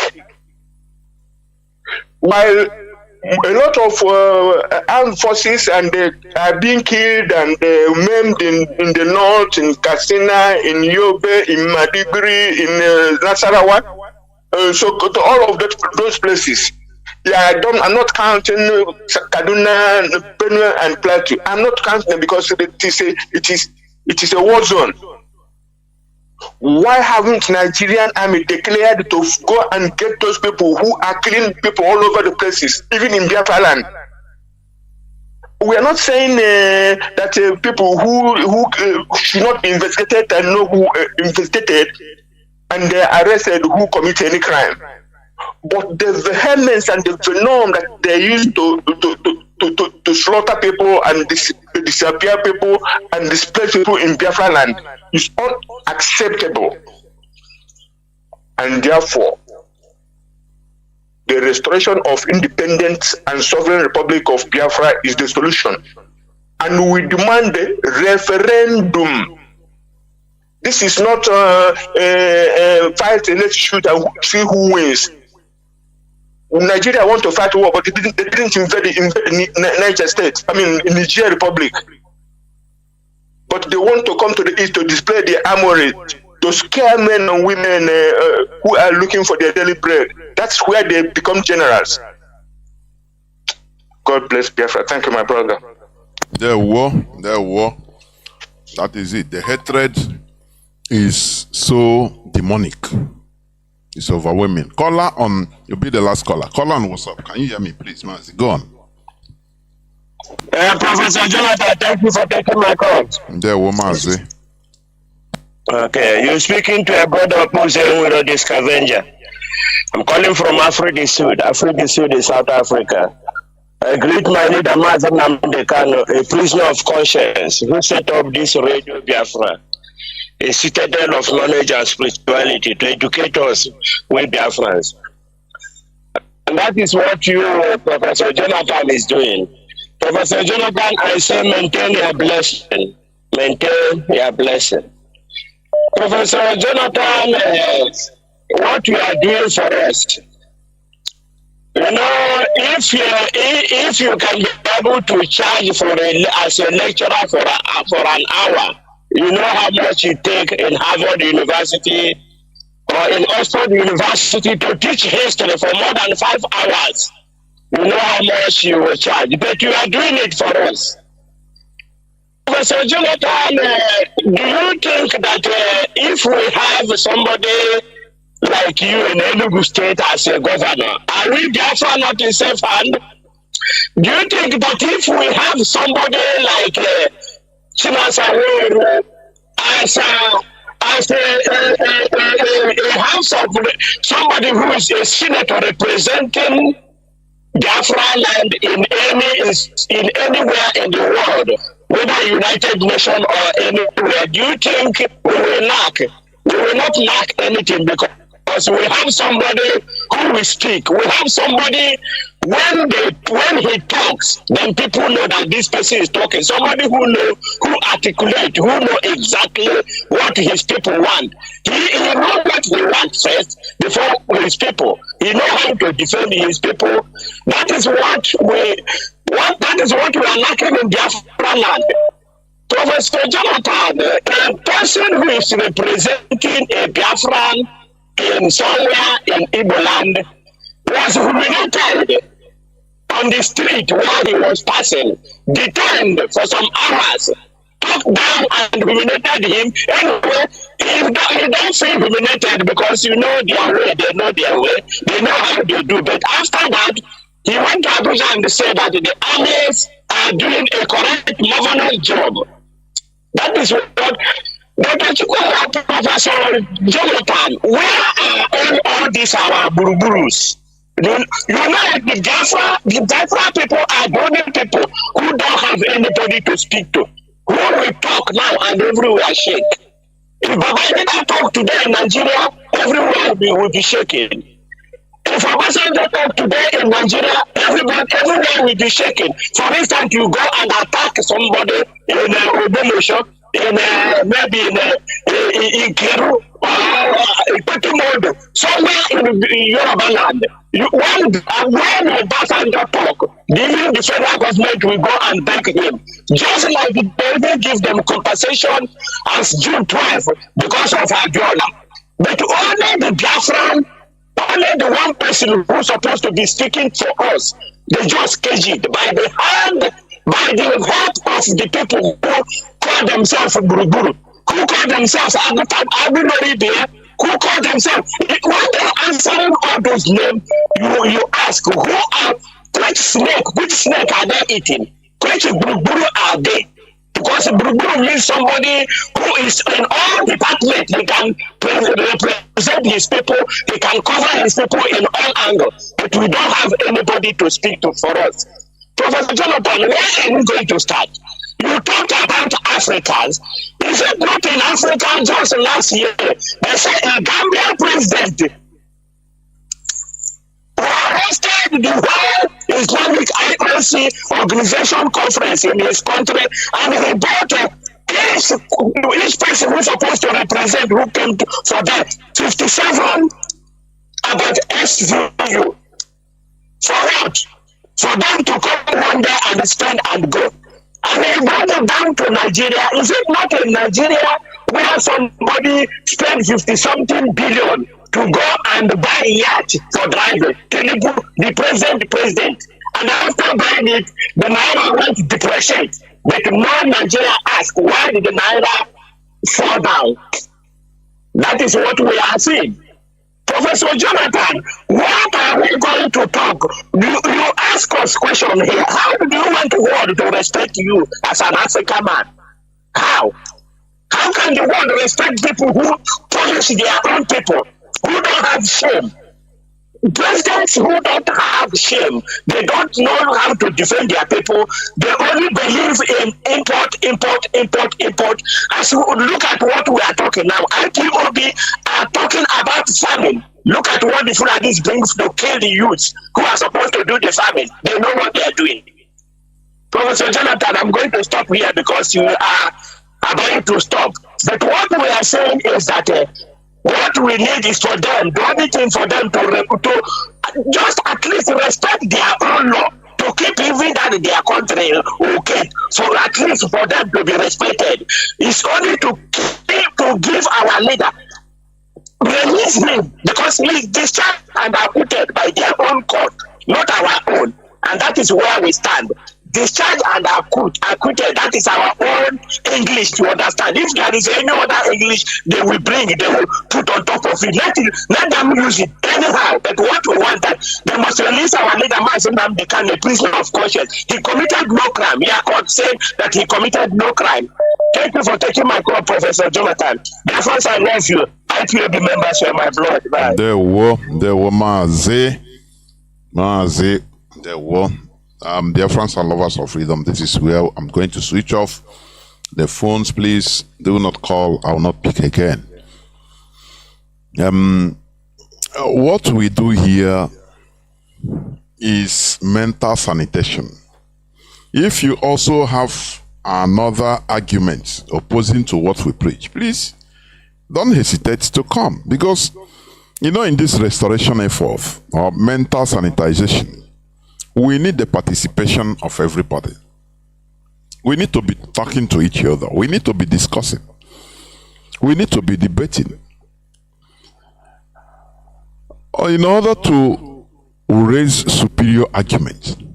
When you hear about the awakening, the European awakening, they entered into series of discussions every time they are debating. It's not bad to debate, to learn. There is this Chinese monastery. What they do there is always they stimulate the brains of the what do they call them? Or these people in the monastery. The monks, yes. The Buddhist monks. Every day they must stimulate one question, bring out one question for discussion. Everybody. They can, absurd things, mundane things. You put, it makes you reason and think deep, make researches. That is what we want. Because as I said, we are trying to restore a knowledge-based nation. Mazi Nnamdi Kanu say we cannot afford to restore a nation filled up with superstitious people. A superstition-based nation. No. That thing we see, we believe. Seeing is believing. Experiencing is belief. Knowing is believing. You know it. You don't believe. You know it. That is who we should be.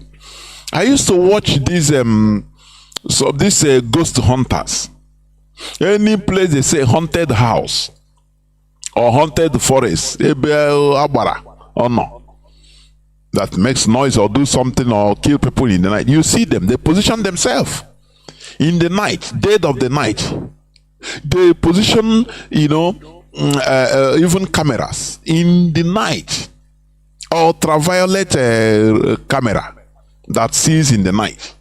They position themselves, they stay to know, to understand, to experience. Sometimes you see on camera bizarre actions. They don't care even losing their life. They don't, because they are seeking for knowledge. That is why they are different from you. Because you only the spirit in attack, or you run away. You are afraid. You already believe, and you are superstitious. That is what we want to remove from our brains. Seeing is believing. We see, we experience, now we know. Without it, you don't believe. You understand? It increases knowledge. It increases knowledge. Because this superstition is what makes us, push us also backwards. That is why you go to school only to cram to pass exam. Once you cram it, after it start controlling your life, you believe it. You make argument based on what you crammed. Oh, Mungo Park discovered River Niger. And you start defending it. That is, it's absolute nonsense. We have to restore a sanitized country, or we don't restore. If we can fight and restore a quagmire in a nation like Nigeria, where there is no rule of law, everybody behaves according to how you think. No institution, nothing.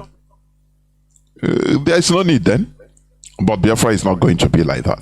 So I conclude by saying, when we talk about world order, there must be a world order.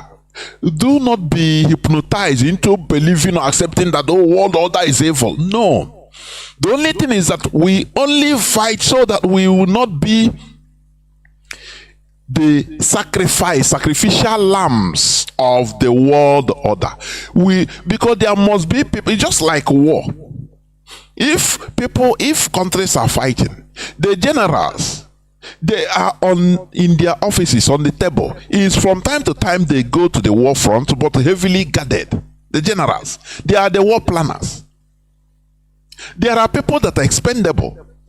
The constables, the privates, they send people must go to the how many casualties. The general will ask among 300 boys, how many do you have any casualties? Say, sir. Captain will say, sir, we have 35 casualties. These are human beings, but they are calling them as numbers. But because people must do that dirty job, it is inevitable. But no person wants to be in that position of doing the dirty job. Let us fight so that the world order will favor us. That is only what we are doing. Not that you can change the world order. The world must have an order. Order is law. To put law, there will be no country any country that is orderless like Nigeria. It doesn't function. Nigeria is lawless. That is without order. Because you can offend somebody and he will go and call police. The person that offended you, that did to you bad thing, you call police, he will go and call army. Now army will come and beat you and your police. It depends on who you know. So there is no order. So we should understand that the world order is not a bad thing. But what is bad there is we being on a disadvantaged part. Are you hearing me? It doesn't matter, even if like the world is shifting from unipolar to multipolar. Even if it is multipolar, it is still an order, a world order. Because before, if everything succeeds and there is a multipolar, before one side want to do something, they will consult the other side. The other side might say no. You see the world now. Look at Israel. How many countries recognize? More than 100 countries, I think, now recognize Palestine to be a country. But America will use veto power and say no. That is an order. World order. ORD. That is law, that put the same way we in our body there is order. That is why you go toilet through your anus. If there is no order, now you'll be going toilet through your hand. There will be a hole in your hand. It is no more order. So there will be orderliness in this world. But that orderliness, let us not be the sacrificial lamb for the peace. No. Do you see the problem? Do you see what we are fighting? So that we be on the safe side, we be on the beneficial side, because they position the world order. So for Africa, they position Africa to be the supplier of cheap raw materials, both human beings. So that as a doctor in Nigeria, when they offer you employment as a nurse, you are a qualified doctor in Nigeria, but they offer you a lower job in the UK. You are happy just to move a jackpot from Nigeria. Do you see the world order? If they are paying others maybe £3,000, they will offer you £1,500 half, and you are happy. Now let me get out first. You know what? That is the cheap raw material. That is what it means. I have a friend that is crying now every jackpot with his family in this their program to UK. Every day is calling, complaining. Nah, me, I know I will go back. I know this, even the job. I don't, come. I said, nah, they force you go. He said, no, it's not even me. It's my wife. I don't want this thing. I said, then you go back. Waiting. So that is what they want us: cheap raw materials, human beings, so anything, so that is the world order. But we need to fight to remove ourselves from it, because the people that established this world order, they also fought heavily in order to establish the world order as it is today. They fought heavily. Do you know how many Europeans perished in Africa that we are slaughtered, both by resistance, both by sickness, both different ways? These are the sacrifices they paid. In other places of the world, they sacrifice also. So we have to also pay equal sacrifice in order to remove ourselves from the side of the world order we are in. That is the reality. And that is what we preach. Because we have the ability to do so. We have the capability of bringing something positive to the world, not being consumers. To the extent now they want to start bringing food, staple food from everywhere to Nigeria to remove hunger. That is where they will clear people. People will be dying of more mysterious deaths. And the churches will have a heyday. Prophesying to you that, it's your ancestors, it's your brother, it's your, confusions everywhere. Biafrans, let us be wise. We must continue what we are doing. There is no going back. There is no going back in this struggle. We must continue in this agitation for the restoration of Biafra, and in a pure way, because we cannot afford to restore a mesmerized nation. Thank you for listening. Biafra remains our ideology. There is this video which I forgot to play. You see, Shetima, the vice president of Nigeria, the way he is virulent, the hatred of restructuring. A so-called democratically elected official, talking as if he's a monarch. It's a spontaneous reaction. You don't know when the thing come out from it. Look, listen. Let me close by. Listen to it. Constricting the journey from London to... Listen. Elon Musk is talking about constricting the journey from London to New York to 31 minutes. But unfortunately, the topical issue in Nigeria is restructuring. Restructuring my foot. Do you see how insulting Nigerians, the whole population, restructuring my foot? He said Elon Musk is talking about how to travel from America to Nigeria in building things that we apparatus to travel from America to Nigeria in 30 minutes. And people are talking about it. And that idiot, that moron, I said, you don't know that without good governance, without good organization, you cannot achieve development. Nigeria has 200 and something million people. But today, hunger is killing. No production. Why? Because of lack of organization. Fulani headsmen are on the rampage. Everybody is in a mess. So how can you talk about development? How can you talk about building spacecraft? It's when you have equity. You have equity and justice. Now peace will reign.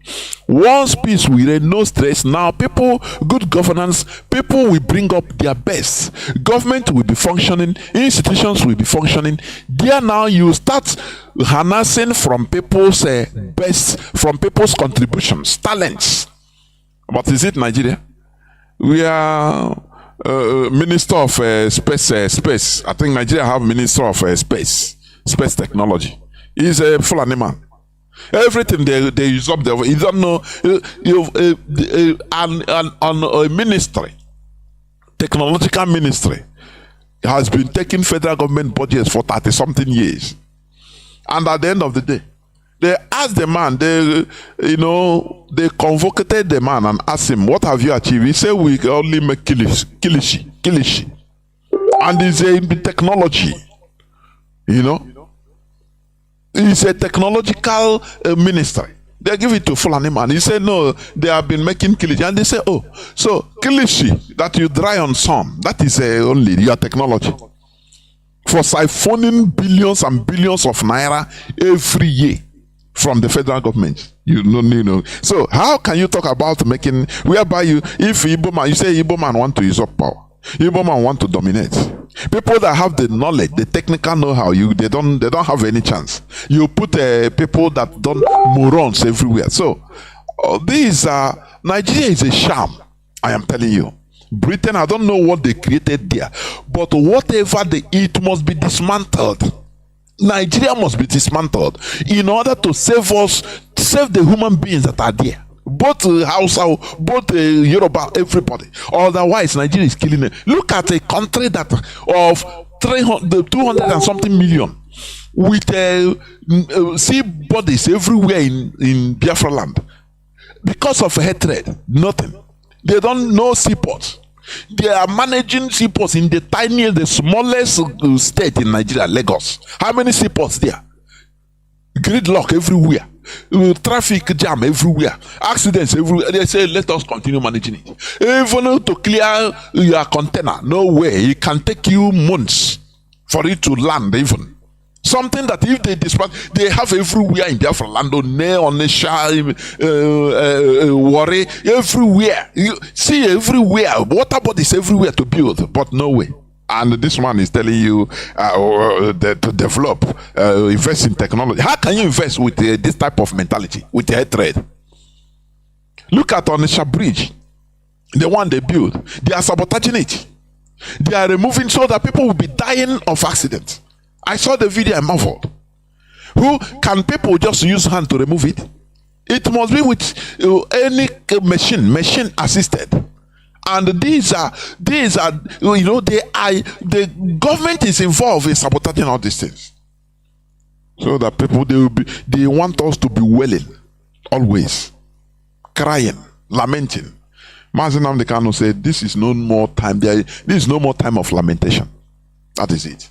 We must continue what we are doing, and Biafra must be restored." Thank you for listening. From me, Mazi Jonathan Chinedu, from here.